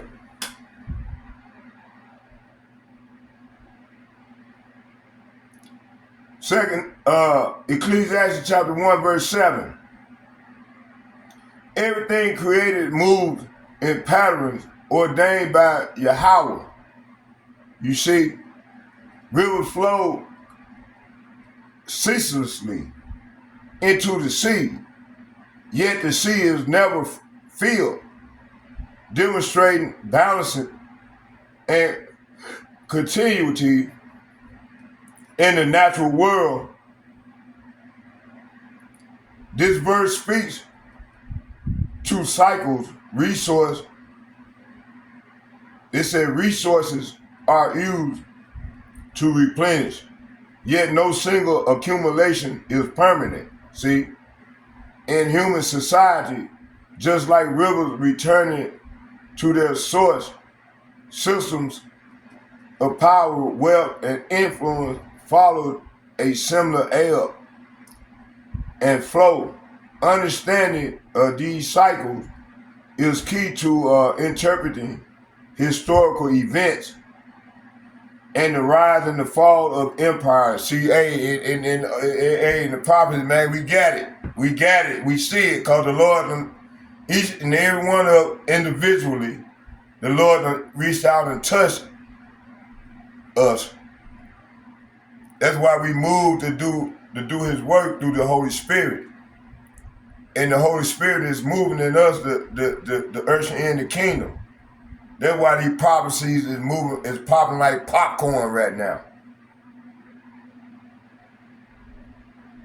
Ecclesiastes chapter 1, verse 7. All the rivers run into the sea. Say what? All the rivers, it said all the rivers run into the sea.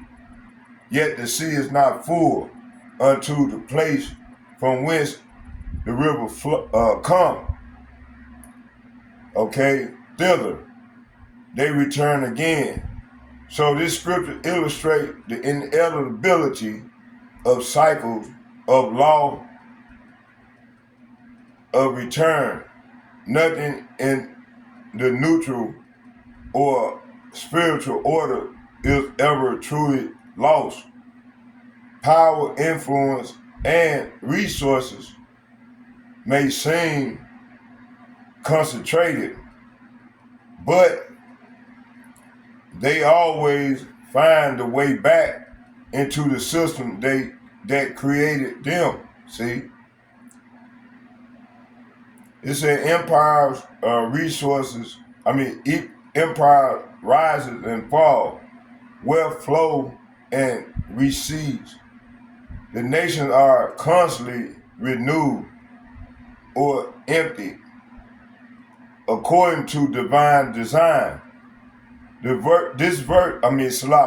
verse warns against arrogance. Say what? The verse warned against arrogance. Who is arrogant? Who is the arrogant one? This verse warns against arrogance, thinking that accumulation is permanent or that control is absolute. Recognizing these cycles allows one to navigate life with wisdom, avoiding the pitfall of illusionary permanence. Okay, and see how people made. Let's go back to the video, and I'm gonna put together a precept pack, and we're gonna play it. We're gonna listen to it out.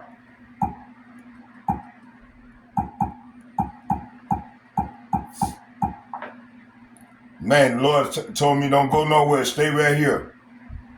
I'm gonna stay right there, Lord. Lord said don't go nowhere. You stay right there.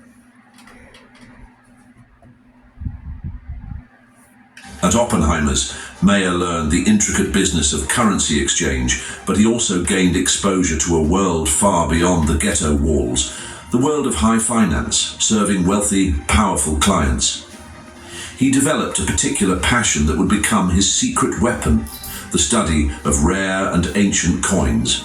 He became an expert numismatist, learning the history, rarity, and intrinsic value of coins from across the ages. This niche expertise was more than a hobby, it was his ticket out.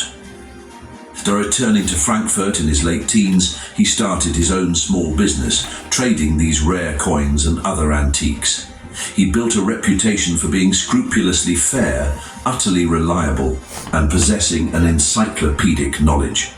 This reputation soon attracted wealthy collectors, including powerful nobles looking to add to their cabinets of curiosities. His most important client turned out to be General von Estorff. The general, a keen coin enthusiast himself, was deeply impressed by the young man's sharp mind, his expertise, and his solid character. This personal connection changed everything. Why? Because General von Estorff was in the service of one of the wealthiest men in all of Europe, Crown Prince Wilhelm of Hesse. The introduction was made, and suddenly Meyer Amschel Rothschild was in the orbit of immense power and unimaginable wealth. Prince Wilhelm, who would soon become Landgrave Wilhelm IX, was fantastically rich. A significant portion of his fortune came from the grim but highly profitable business of renting out his Hessian soldiers as mercenaries to foreign powers. Most famously, thousands of his soldiers were leased to his cousin, King George III of Great Britain, to fight against the colonists in the American Revolutionary War. Meyer started by selling the prince rare coins, often at a loss, just to gain his favor and prove his value.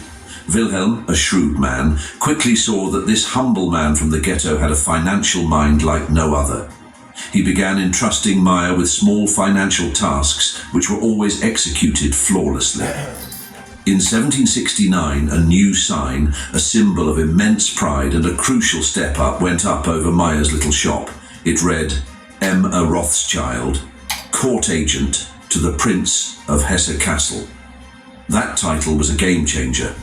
A court agent, or court Jew, was an official position that granted special privileges. It allowed him to leave the ghetto without a permit, and most importantly, gave him direct access to the finances of the nobility. It was still a shaky position, relying entirely on the prince's favor, but for Meyer, it was the chance of a lifetime. He was no longer just a coin dealer, he was a trusted financial manager to royalty. And then, history came knocking with a battering ram. The French Revolution exploded in 1789, sending shockwaves of terror and revolutionary fervor across Europe, kicking off decades of war. For most people, the Napoleonic Wars meant chaos, destruction, and death. For Meyer Amschel Rothschild, they were the single biggest business opportunity in history. When Napoleon's armies marched on Hesse in 1806, Prince Wilhelm had to flee into exile. He had one overwhelming problem: how to protect his massive fortune from being seized by the French. He turned to his most trusted court agent. In a move that would seal the Rothschild family's destiny, Wilhelm secretly handed over a huge portion of his wealth, cash, bonds, and other securities worth millions, to Meyer for safekeeping. The risk was staggering. If Napoleon's forces discovered it, they would seize it all, and Rothschild would likely be executed. Hiding it wasn't enough. The money had to be managed, protected, and put to work. This was the ultimate test of Meyer's skill and loyalty. He didn't just hide the money in his wine cellar, as some legends claim. He made a daring, visionary choice. He secretly sent the funds to his third son, a brilliant and gutsy young man who had recently set up a business in the one place safe from Napoleon's grasp, England. His name was Nathan. That single act, born from a prince's fear and a banker's courage, laid the foundation for a global financial dynasty. The immense wealth of Hesse, now in the hands of the Rothschilds, was about to become the seed money for an empire. Mayer Amschel Rothschild wasn't just a brilliant banker, he was a visionary patriarch. He knew that for his family to not just survive, but to dominate, it had to grow and expand, bound by absolute unity and a single audacious goal. He looked at the map of Europe not as a collection of warring countries, but as a single, interconnected financial chessboard. And he had 5 sons, his 5 arrows, ready to be placed as the key pieces. The name came from a parable he often told his children. A single arrow can be easily broken, but a bundle of 5 arrows is unbreakable. This became the core principle of his empire. Unity is strength. Meyer's idea was nothing short of revolutionary. Banking in the late 18th and early 19th centuries was a mostly local or, at best, a national affair. He imagined a truly international family-run business, a private network that could move money, information, and influence across borders faster and more secretly than any king or government. His grand strategy was to establish a branch of the family bank in each of Europe's top financial hubs, with each one managed by one of his sons. They would not compete, they would collaborate, operating as a single, perfectly coordinated financial machine, all reporting back to the center. The eldest son, Amschel Meyer Rothschild, was destined to stay in Frankfurt. As the firstborn, he inherited the head of the firm and was tasked with managing the parent house, M.A. Rothschild und Söhne. Amschel was pious, conservative, and cautious. He was the anchor, the stable foundation for his more ambitious brothers.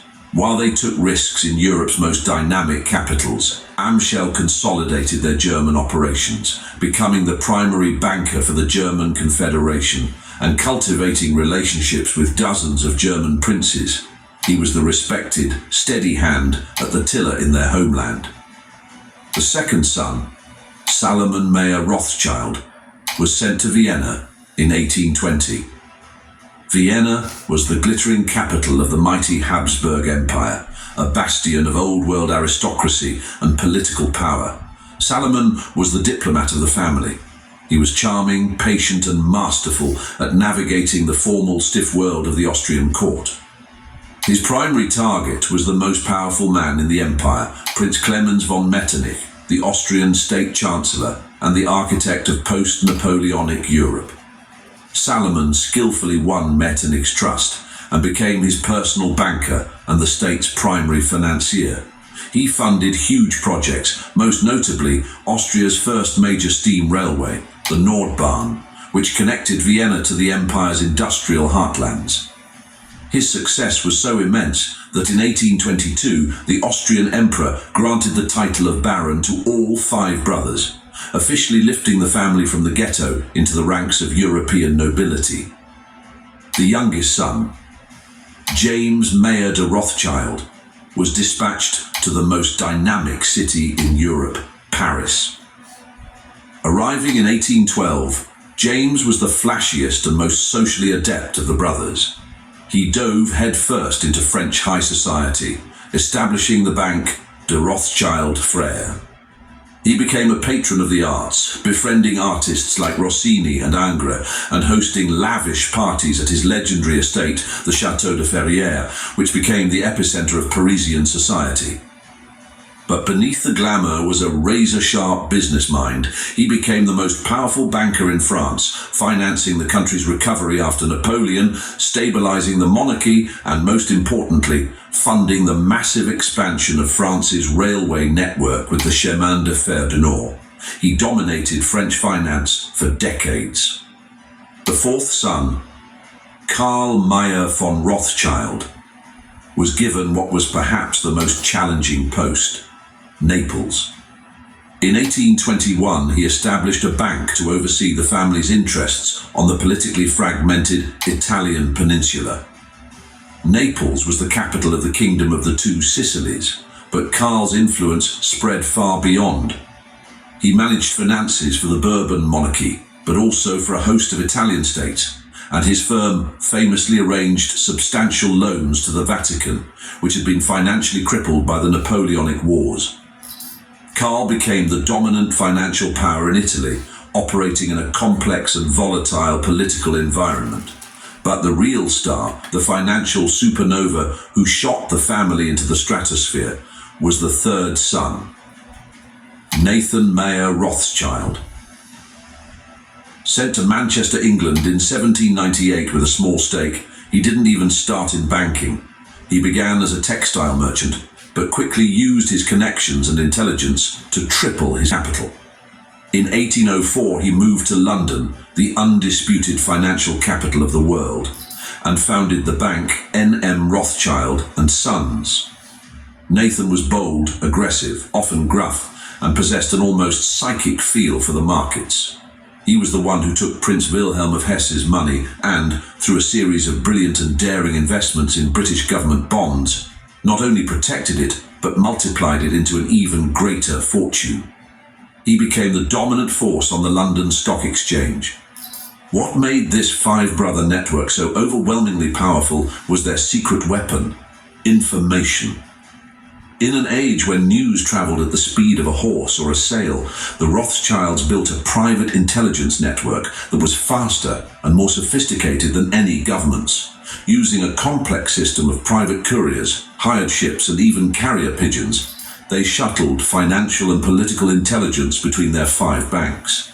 A secret decision made by Metternich in Vienna could be passed to Salomon, who would then dispatch a courier to his brothers in Paris, London, Frankfurt, and Naples, ensuring they all knew days or even weeks before the official announcement reached the public. This information advantage was almost unfair. They knew which way markets would move before anyone else. They perfected the art of arbitrage, simultaneously buying a bond or stock in one city where it was cheap and selling it in another where it was expensive, profiting from tiny price gaps that only existed because they had better and faster information.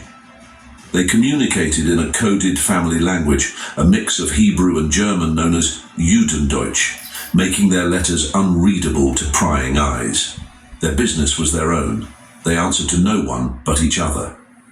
They created a system of finance that ignored borders and politics, allowing them to raise colossal sums of money by drawing on the capital and credit of all five banks at once.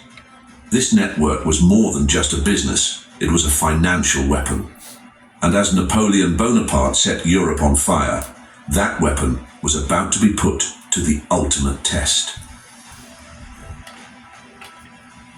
The Napoleonic Wars were the fire in which the Rothschild legend was forged. For more than a decade, from 1803 to 1815, Europe was a continental battlefield that burned through men, supplies, and astronomical amounts of money. Armies needed to be equipped, fed, and most importantly, paid in hard currency, gold and silver. But moving that specie across a war-torn continent through blockades and enemy territory was a logistical nightmare. For the governments of the coalition fighting Napoleon, it was a near impossible problem. For the Rothschilds, with their five coordinated branches, it was the opportunity of a lifetime. Their unique five-part network was perfectly built for this chaos. While other banks were trapped behind national borders, the Rothschilds operated seamlessly across them. They had clients and contacts on both sides of the war. This wasn't about treason, it was about business. To the Rothschilds, money had no flag. The British government, the financial engine of the alliance against Napoleon, had a huge problem. The Duke of Wellington's army was bogged down in Spain and Portugal, fighting the brutal Peninsular War against the French. His troops, a mix of British, Spanish and Portuguese soldiers, were on the brink of mutiny. They hadn't been properly paid, and morale was collapsing. The government had chests of gold guineas in London, but no safe or reliable way to get them to Wellington. Any attempt to ship the gold directly would almost certainly be intercepted by French privateers or ground forces. In desperation, the British government turned to the one man they believed could solve the impossible: Nathan Meyer Rothschild. Nathan's plan was a work of absolute, audacious genius. He didn't even try to ship tons of British gold through enemy territory. Instead, he put the powerful family network into action. First, Nathan used the British government's money to purchase a huge quantity of gold from the powerful East India Company. Then, in a move that seemed insane to outsiders, he began selling that gold to his brother James in Paris. Why? Because James needed it to help finance one of Napoleon's own campaigns. James paid Nathan for the gold in French francs. Those francs were then secretly smuggled south by a network of Rothschild agents who used them to purchase local currency that was delivered directly to Wellington's army in Spain. Think about the sheer audacity and complexity of that operation. Nathan Rothschild used British government money to essentially fund a French transaction, all to generate the local currency needed to pay the British army that was actively fighting the French. He was, in effect, laundering a nation's war chest through his own family network and taking a healthy commission at every step of the transaction. It was a move no one else on earth could have pulled off. It worked perfectly. Wellington's soldiers got paid, the army held together, and the war effort was saved. In that moment, the Rothschilds proved they were not just bankers. They were an indispensable part of the war machine. But that was just the warm-up for their most legendary moment. The story that would cement their name in financial mythology forever. The Battle of Waterloo. The year is 1815. Napoleon has escaped from his exile on the island of Elba, and the fate of Europe hangs on one final epic battle. On the floor of the London Stock Exchange, the price of British government bonds, known as consols, is swinging wildly with every rumour. A British victory would send their values soaring.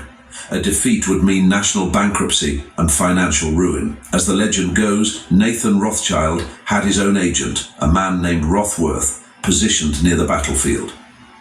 The second Napoleon's defeat was certain, the agent raced for the coast, paid a fisherman an exorbitant fee to cross the stormy English Channel, and delivered the news directly to Nathan, a full 24 hours before the government's own couriers managed to arrive.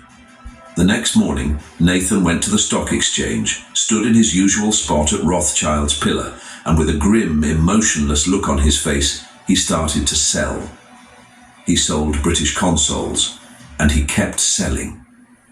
The market watched in horror. Everyone knew Nathan had the best intelligence network in Europe. If he was selling, it could only mean one thing: Wellington had lost. Panic selling erupted. The price of government bonds crashed, plummeting to a fraction of their value. The market was in free fall.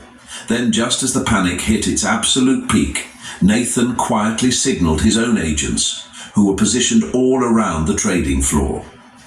They began to buy. They bought up every bond they could get their hands on, scooping them up for pennies on the pound. Hours later, the official news of Wellington's great victory finally arrived in London. The market went into a frenzy of euphoria. Bond prices shot through the roof, and Nathan Rothschild, now owning a mountain of them, had supposedly made a killer fortune, perhaps the greatest single-day trade in history. Now, historians today largely agree that this dramatic version of the story is an exaggeration, a powerful myth fueled by a mix of awe, envy, and anti-Semitism. It's highly unlikely he deliberately crashed the market and made millions in a single day. But the core of the story is true. Nathan's unparalleled intelligence network did get him the news of the victory first, and he absolutely used that information advantage to make significant, profitable trades before anyone else knew. Hey, you see how they say anti-Semitism? Hey, they control the media. He goddamn devil. You know, I just want to put that out there. What was happening. The Waterloo affair, whether fact or myth, transformed the Rothschilds from merely successful bankers into living legends. They had proven on the world's biggest stage that in the new age of global finance, information was the most valuable and powerful currency of all. With the Napoleonic Wars over and their legends secure, the Rothschilds entered a new era. The 19th century was the dawn of the Industrial Revolution, and the family, with their usual incredible foresight, pivoted from financing wars to funding progress. They understood that the future of wealth was no longer just in government debt, but in the iron, steam, and steel that were physically and fundamentally changing the world. The Rothschild banks in London, Paris, Vienna, Frankfurt, and Naples became the go-to investors for the industrial age. They saw the massive potential of railways long before most governments or rival banks. They financed huge networks like the Chemin de Fer du Nord in France, run by James, and the Nordbahn in Austria, run by Salomon. These weren't just investments, they were strategic moves that connected industrial centres to ports, sped up the movement of goods and people, and created vast new markets that the family could then profit from. They were literally building the circulatory system for modern European commerce. Their reach extended deep into the earth itself. They financed enormous mining operations, becoming major players in the raw materials that fueled industry. They acquired major stakes in the Rio Tinto copper mines in Spain, helping to turn them into one of the world's largest copper producers. In a move that showed their global ambition, they helped fund Cecil Rhodes's De Beers Diamond Company in South Africa, giving them immense influence over the global diamond trade. They poured money into coal mines, ironworks, and metallurgy, the essential building blocks of the new industrial world. Perhaps the most famous story of their immense power and influence from this era involves the Suez Canal. In 1875, Ismail Pasha, the Khedive or ruler of Egypt, was on the brink of bankruptcy. To raise cash, he was forced to sell his country's 44% share in the vital Suez Canal. The French were poised to buy it, which would have given them total control over this critical shortcut to India, a prospect that terrified the British Empire. The British Prime Minister, Benjamin Disraeli, saw a golden opportunity, but he had a huge problem. Parliament was not in session, and he could not get authorization for the £4 million he needed, an astronomical sum at the time, equivalent to billions today. In a moment of national crisis, Disraeli did what European leaders did when they were in trouble. He went to the Rothschilds. He sent his private secretary to the London office of Lionel de Rothschild, Nathan's son and successor. As the story goes, Lionel, who was eating some grapes, listened to the urgent request. He paused, ate another grape, and simply asked, "When do you need it?" The secretary replied, "Tomorrow." Lionel looked at him and said, "It is yours." The British government had its money in a matter of hours. With that one swift, decisive deal, the Rothschilds enabled Great Britain to secure the lifeline of its empire and once again alter the course of geopolitical history. This incredible wealth brought them unprecedented influence and social status. Already barons of the Austrian Empire, they rose to the highest levels of society in every country where they operated. In Britain, after a long and difficult political battle against anti-Semitic restrictions, Lionel de Rothschild became the first practicing Jew to sit as a member of Parliament. His son, Natty, would later be raised to the British peerage as the first Lord Rothschild. They were trusted advisors to kings and confidants to prime ministers. Let's get it. They also cultivated a lifestyle that became legendary in its own right. Le goût Rothschild, or the Rothschild taste. They built a series of magnificent palaces and country estates across Europe, such as Waddesdon Manor and Mentmore Towers in England, and the Château de Ferrières in France. They filled these homes with priceless art, rare manuscripts, and exquisite furniture. The family became among the most important art collectors in history, and their vast collections would eventually form the foundation of many of the world's great museums through their bequests. But beneath all the glamour and the high society hobnobbing, the family was run by a strict internal code laid down by their founder, Meyer Amschel, in his will. It was a precise blueprint designed to preserve the family's power and wealth for generations. He demanded that control of the business remain exclusively with male heirs. The family's business dealings were to be kept absolutely secret. And, most significantly, to keep the family's vast fortune from being diluted by marriages to outsiders, he strongly encouraged them to marry within the family, often first or second cousins.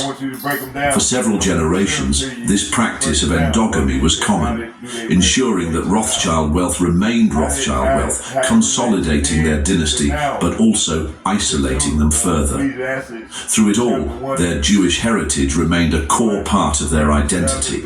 Having started in the ghetto, they never forgot their roots. They used their immense wealth and political influence to fight for Jewish civil rights and emancipation across Europe and became enormous philanthropists, founding hospitals, schools, orphanages and social housing projects for Jewish communities.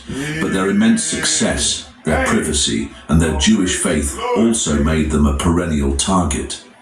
As their power grew, so too did the dark myths and conspiracy theories, which twisted their real influence into something sinister, often using ancient anti-Semitic tropes to paint them as a shadowy cabal that secretly ran the world.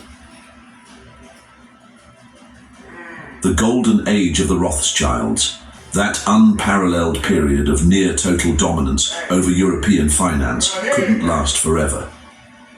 By the late 19th and early 20th centuries, the world they had so skillfully mastered was changing at a rapid pace. New, aggressive economic powers, particularly a unified Germany and a booming United States, were rising to challenge British and French dominance. And the world of finance itself was evolving. Giant, publicly traded joint stock banks emerged in London, Paris and New York. Behemoths like JP Morgan that could raise vast amounts of capital from thousands of shareholders. This new corporate model began to challenge the private family-run partnership model that had been the very source of the Rothschild strength. The 20th century brought even bigger and more violent storms. The two world wars and the Great Depression not only devastated economies, but also redrew the map of Europe, shattering the old order the Rothschilds had navigated so masterfully. The vast international network runs their greatest asset was narrow mobility. The Naples branch, the first of the Five Arrows, had already closed in 1863 after the unification of Italy shifted the country's financial centre. The Frankfurt parent house, the family's cradle, closed in 1901 as there were no male heirs to take it over. Let me find that verse. I think it's gonna be put to the sword. Let me get that verse. Hold on. I got it in here. The wicked gonna be put to the sword. The phrase "put to the sword" means divine punishment for wicked actions, as seen in the Psalms and prophetic books. Well, we'll get it right here then. Let's get it right here then, cause it's in Ezekiel. Let's get it right here. They ain't gonna be put to the sword, sell out ass niggas. These niggas don't know, man. You join the devil. Man, listen, you oppressing your people. You stupid ass people. Just to get a game.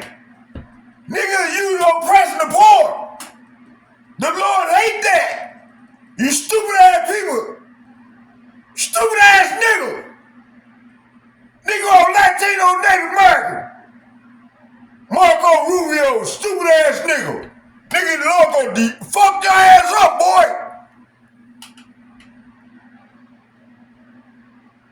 Nigga, you ain't gonna be put to the sword.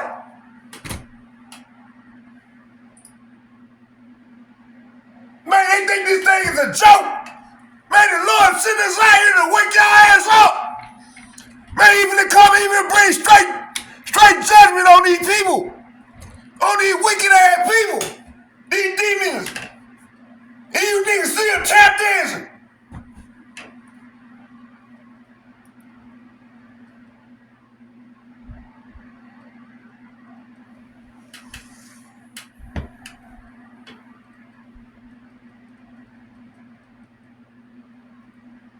Psalm chapter, let's get it right here.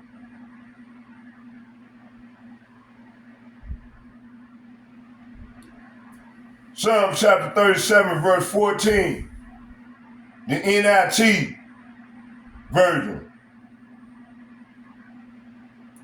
The wicked draw the sword and bend the bow to bring down the poor. Say what? To bring down the poor and the needy, to slay those whose ways are upright.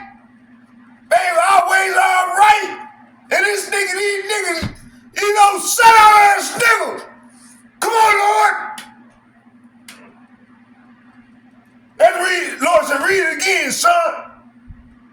The wicked, say what? The wicked, say what? The wicked draw the sword.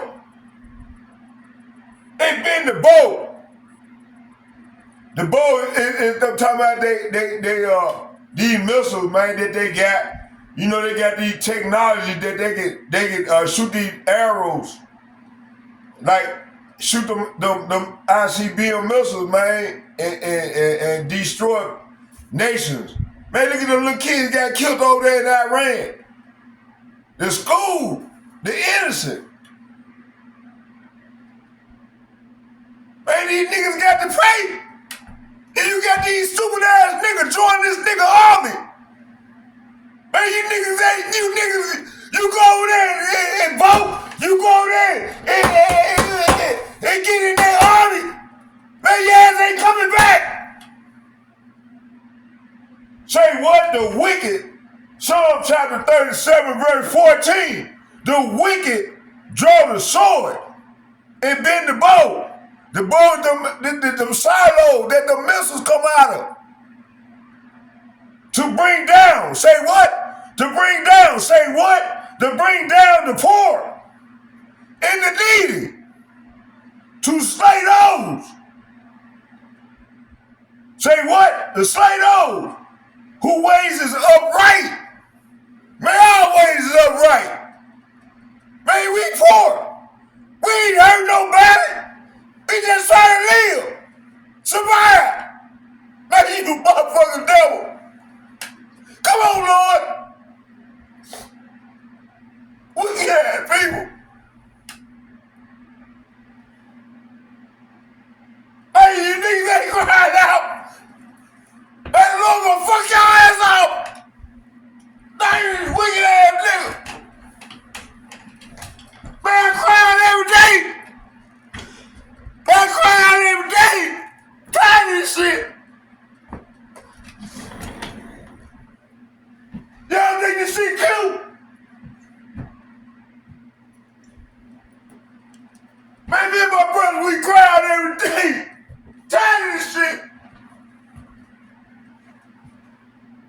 Man, these motherfuckers, these devils. And you niggas, they say we love him. We love his money. Nigga, you niggas gonna die right along with this devil.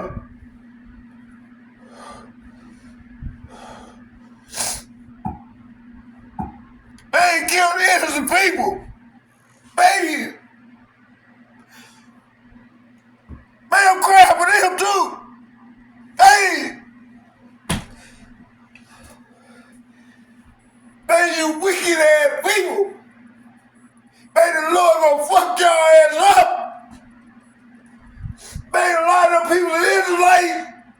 Israelite, speckle birds, you stupid people.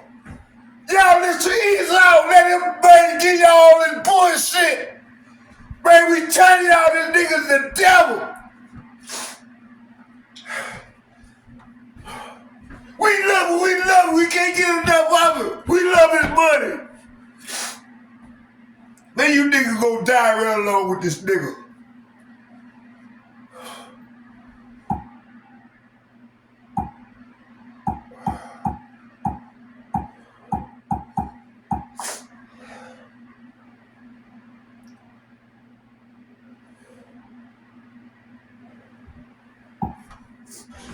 A much worse blow came with the rise of the Nazis in the 1930s.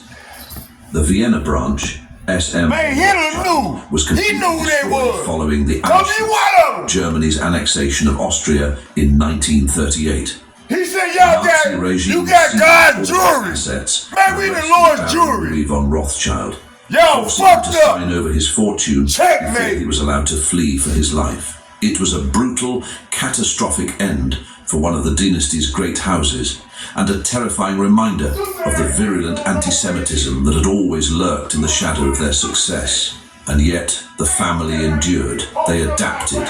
They shifted their business model away from raising massive loans for governments and toward providing expert, discreet advisory services. After World War II, the surviving British and French houses re-established themselves as elite and highly respected institutions, specializing in the complex, brain-powered work of mergers and acquisitions, M&A, corporate restructuring, wealth management, super-rich and private equity. The name Rothschild no longer meant the biggest bank in the world, but it still signified one of the most prestigious and trusted. The family also continued to evolve its global footprint, establishing a strong presence in the United States and opening offices all over the world, from Hong Kong to Sydney. Then, in 2003, in a historic move that their founder, Maya Amschel, would have applauded for its emphasis on unity, the English and French branches, which had operated independently for nearly 2 centuries, formally unified under a single holding company, Rothschild and Company, led by Baron David de Rothschild. The core of the family business was finally back together. Today, Rothschild and Company is still a major force in global finance. It consistently ranks among the world's leading independent financial advisory groups, with thousands of employees in over 40 countries. While the legendary family fortune is now spread across many hundreds of descendants, their influence continues in many fields. It is visible in finance, in world-class winemaking with iconic brands like Chateau Mouton Rothschild and Chateau Lafite Rothschild, and in their ongoing contributions to science, art, and philanthropy. So what about the myths? The persistent conspiracy theories that claim the Rothschilds own all the world's central banks, control the media, and are the secret rulers of a new world order. These stories, nearly always soaked in anti-Semitism and recycled for new generations, are in a strange way a testament to the family's incredible historical impact. Their rise from the ghetto was so fast, their wealth so enormous, and their business dealings so intensely private that it was easy for people fueled by envy and bigotry to imagine their power as something dark, nefarious, or supernatural. The reality is that the Rothschilds' power was never a conspiracy. It was the result of a revolutionary business model, relentless ambition, unbreakable family discipline, and an uncanny genius for seeing where the world was going next. Their true legacy isn't hidden in the shadows. Look at this devil. It's built into the very foundations of our modern financial world. They pioneered the internet, perfected the art of cross-border finance, and essentially created the blueprint for the multinational corporation. They proved that finance could be a global force, more powerful than armies and more influential than kings. The world we live in today, connected by invisible threads of capital that fly across the globe in an instant, is a world that Maya Amschel Rothschild and his 5 sons helped to create. If you want to uncover more stories about the hidden powers that have shaped our history, make sure you subscribe and ring that notification bell. and let us know in the comments which historical dynasty or financial titan should we investigate next. Come out too loud. Man, fuck y'all. Come on, let's get these scripts. Gold in your retirement portfolio. Wicked ass niggas. You missed one of the most explosive. They don't like truth. The man who controls Britain's money supply controls the British Empire. And I control the British money supply. That was a quote from Nathan Rothschild. You see, ye devils. Come on, Lord, that fire. Burn these old wicked ass niggas up. The head tribe, Judah, wicked as hell. Wicked ass niggas.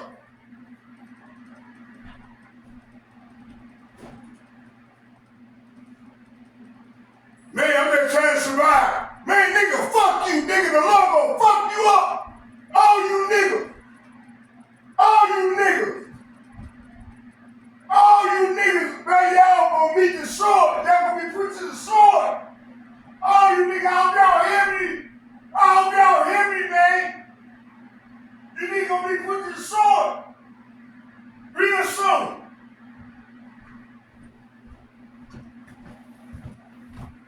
Come on in this door. Come on, man. Y'all want y'all to hear me. Hear me. Hear this nigga. Man, you niggas, and y'all listen to these fucking fucked up ass women. These bitches done fucked every tone, dick, and Harry. They got 20 different DNAs in them. And then they create these little babies, these reprobate ass kids. All these niggas are emotional. And the penitentiary full of them. I was in there with them. Now these niggas, they get it out a little freedom. They think they running shit. Man, the Lord gonna put you niggas to the sword real soon. Yeah, y'all keep on talking that shit. It's coming.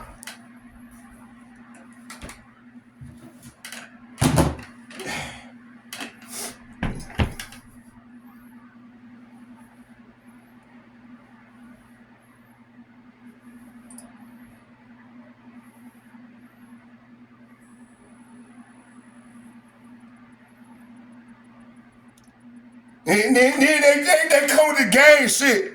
That shit ain't scare me. Nigga, I made my family, man, they gang members. Out of the 5 and the 6. I'm talking to their ass too.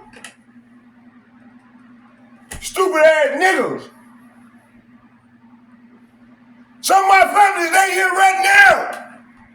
They right here right now. I'm addressing their ass too. So, it's all about, hey, man, I'm talking to all you wicked ass niggas. The tribe of Judah. Man, the Lord is mad at y'all. He finna fuck your ass up. You call yourself Moles, Vice Lord, Gangster, Crips, Bloods. Man, the Lord finna fuck you niggas up, man. For real. Hey, man, hey, y'all got a death sentence on y'all, man. For real. Hey, I don't think the Lord wants y'all, man. If y'all even try to repent. Man, the Lord got a death sentence on y'all, man. For real. And then y'all still here saying your people this poison, man.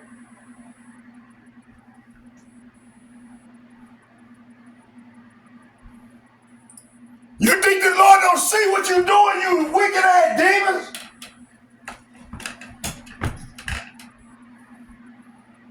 Come on in that door, man. Come on. I'm waiting on you. I'm asking you, come on. Tell me I'm too loud. Nigga, I was here before you niggas even got thought of. Doing the same thing I'm doing now. Tell me I'm too loud, you wicked ass demons. Man, I'm gonna bring out a couple more precepts. We're gonna do a part 2.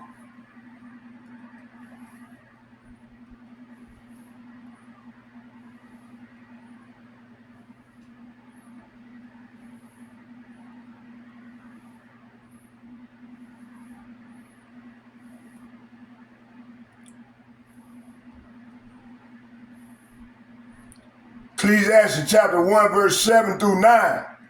Then and now and soon. Ecclesiastes chapter 1, verses 7 through 9. I'm going to close right here. Reflects on endless cycles in creation, showing the constancy of natural patterns. Rivers flow to the sea and return again when escalate across the earth, and all things seem to repeat.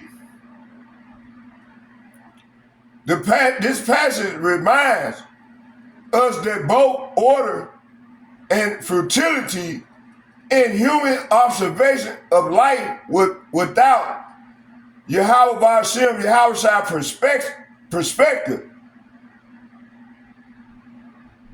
It said in our current world, the same cycles of rises and fall, wealth and collapse, power and decay repeats endlessly in society.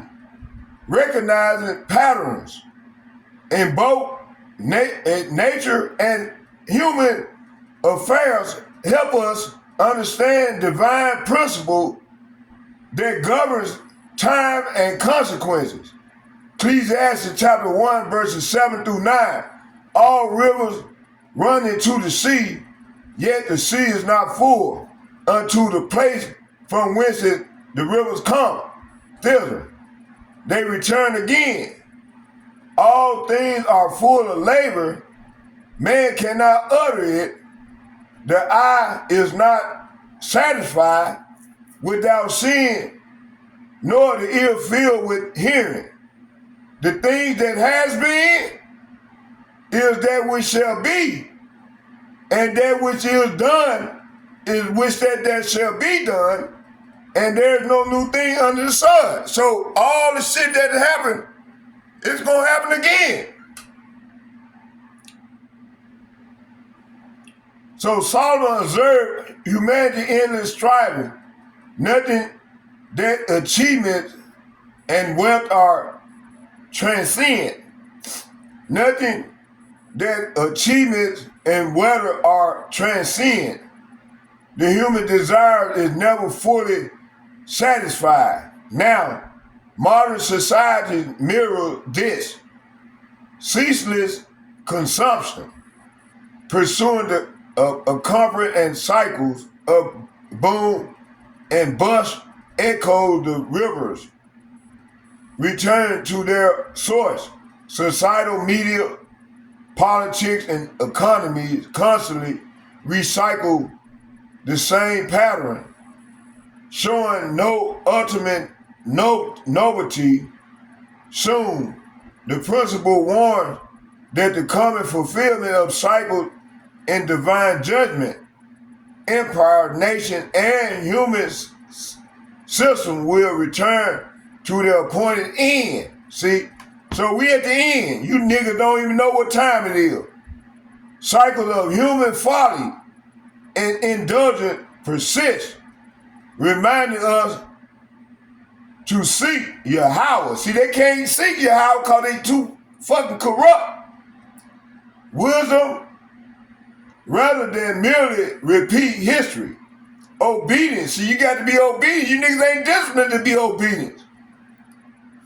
Obedience and discernment and awareness allow us to break the merely watching repetition and participate in Yahweh Ba'ashem, Yahweh Shai's purpose.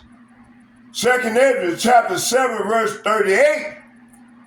For as the waters of the sea are gathered together by the word of the Most High and flow according to his commandments, so shall all things in the world be accomplished in due season. So we in that season, man, judgment season, man. The Lord been destroy a lot of you wicked ass niggas. So Yahweh creation obey his order, his righteous one. His elect obey his righteous. his righteousness. But the wicked, they gonna do wickedly. So Yahweh's creation obeyed his order, showing the cycle of patterns are under divine control. Now, human systems seem chaotic, but invisible hand of divine law directs outcomes even when unnoticed. Soon, nation and individual will face consequences. Say what? Nation and individuals will face consequences. 2/3 that join unto the devil, they ain't gonna face consequences. I don't think the Lord want these niggas, man, these reprobate ass niggas. These Negro, Latinos, Native Americans that doing wickedly right now and not trying to repent or even showing it compassion. I don't think the Lord want these niggas. Then Yahweh creation obeys his order. Say what? Yahweh by Hashem, Yahweh Shai's order.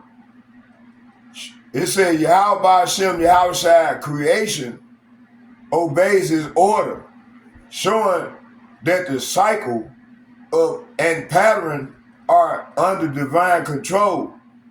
Now, human systems seem chaotic, but invisible hand of divine law creates outcome even when unnoticed.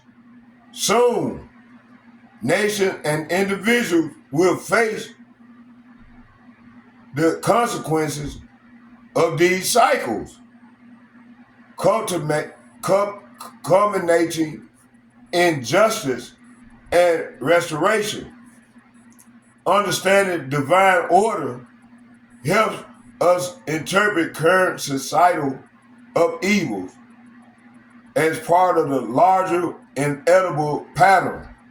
Discernment allows one to prepare spiritually and practically for the outcome foreseen by Yahweh Hashem, Yahweh Shai's perfect timing. So, hey, you got a lot of these niggas, they can't see. He don't, like I said, he done blinded them.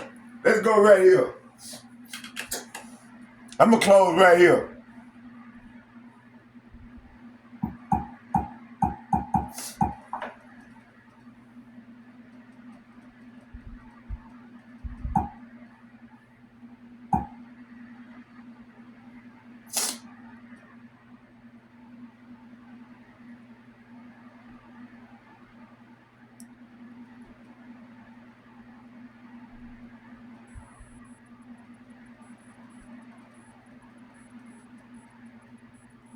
Second Corinthians chapter 4, verses 4.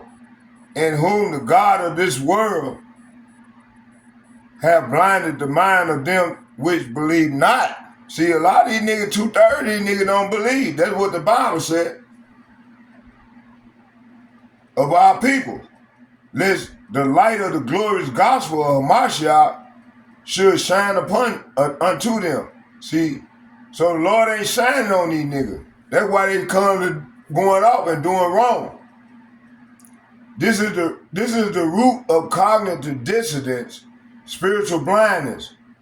A man can see truth, yet reject it because the mind is already conditioned. See, so these niggas' mind are already conditioned.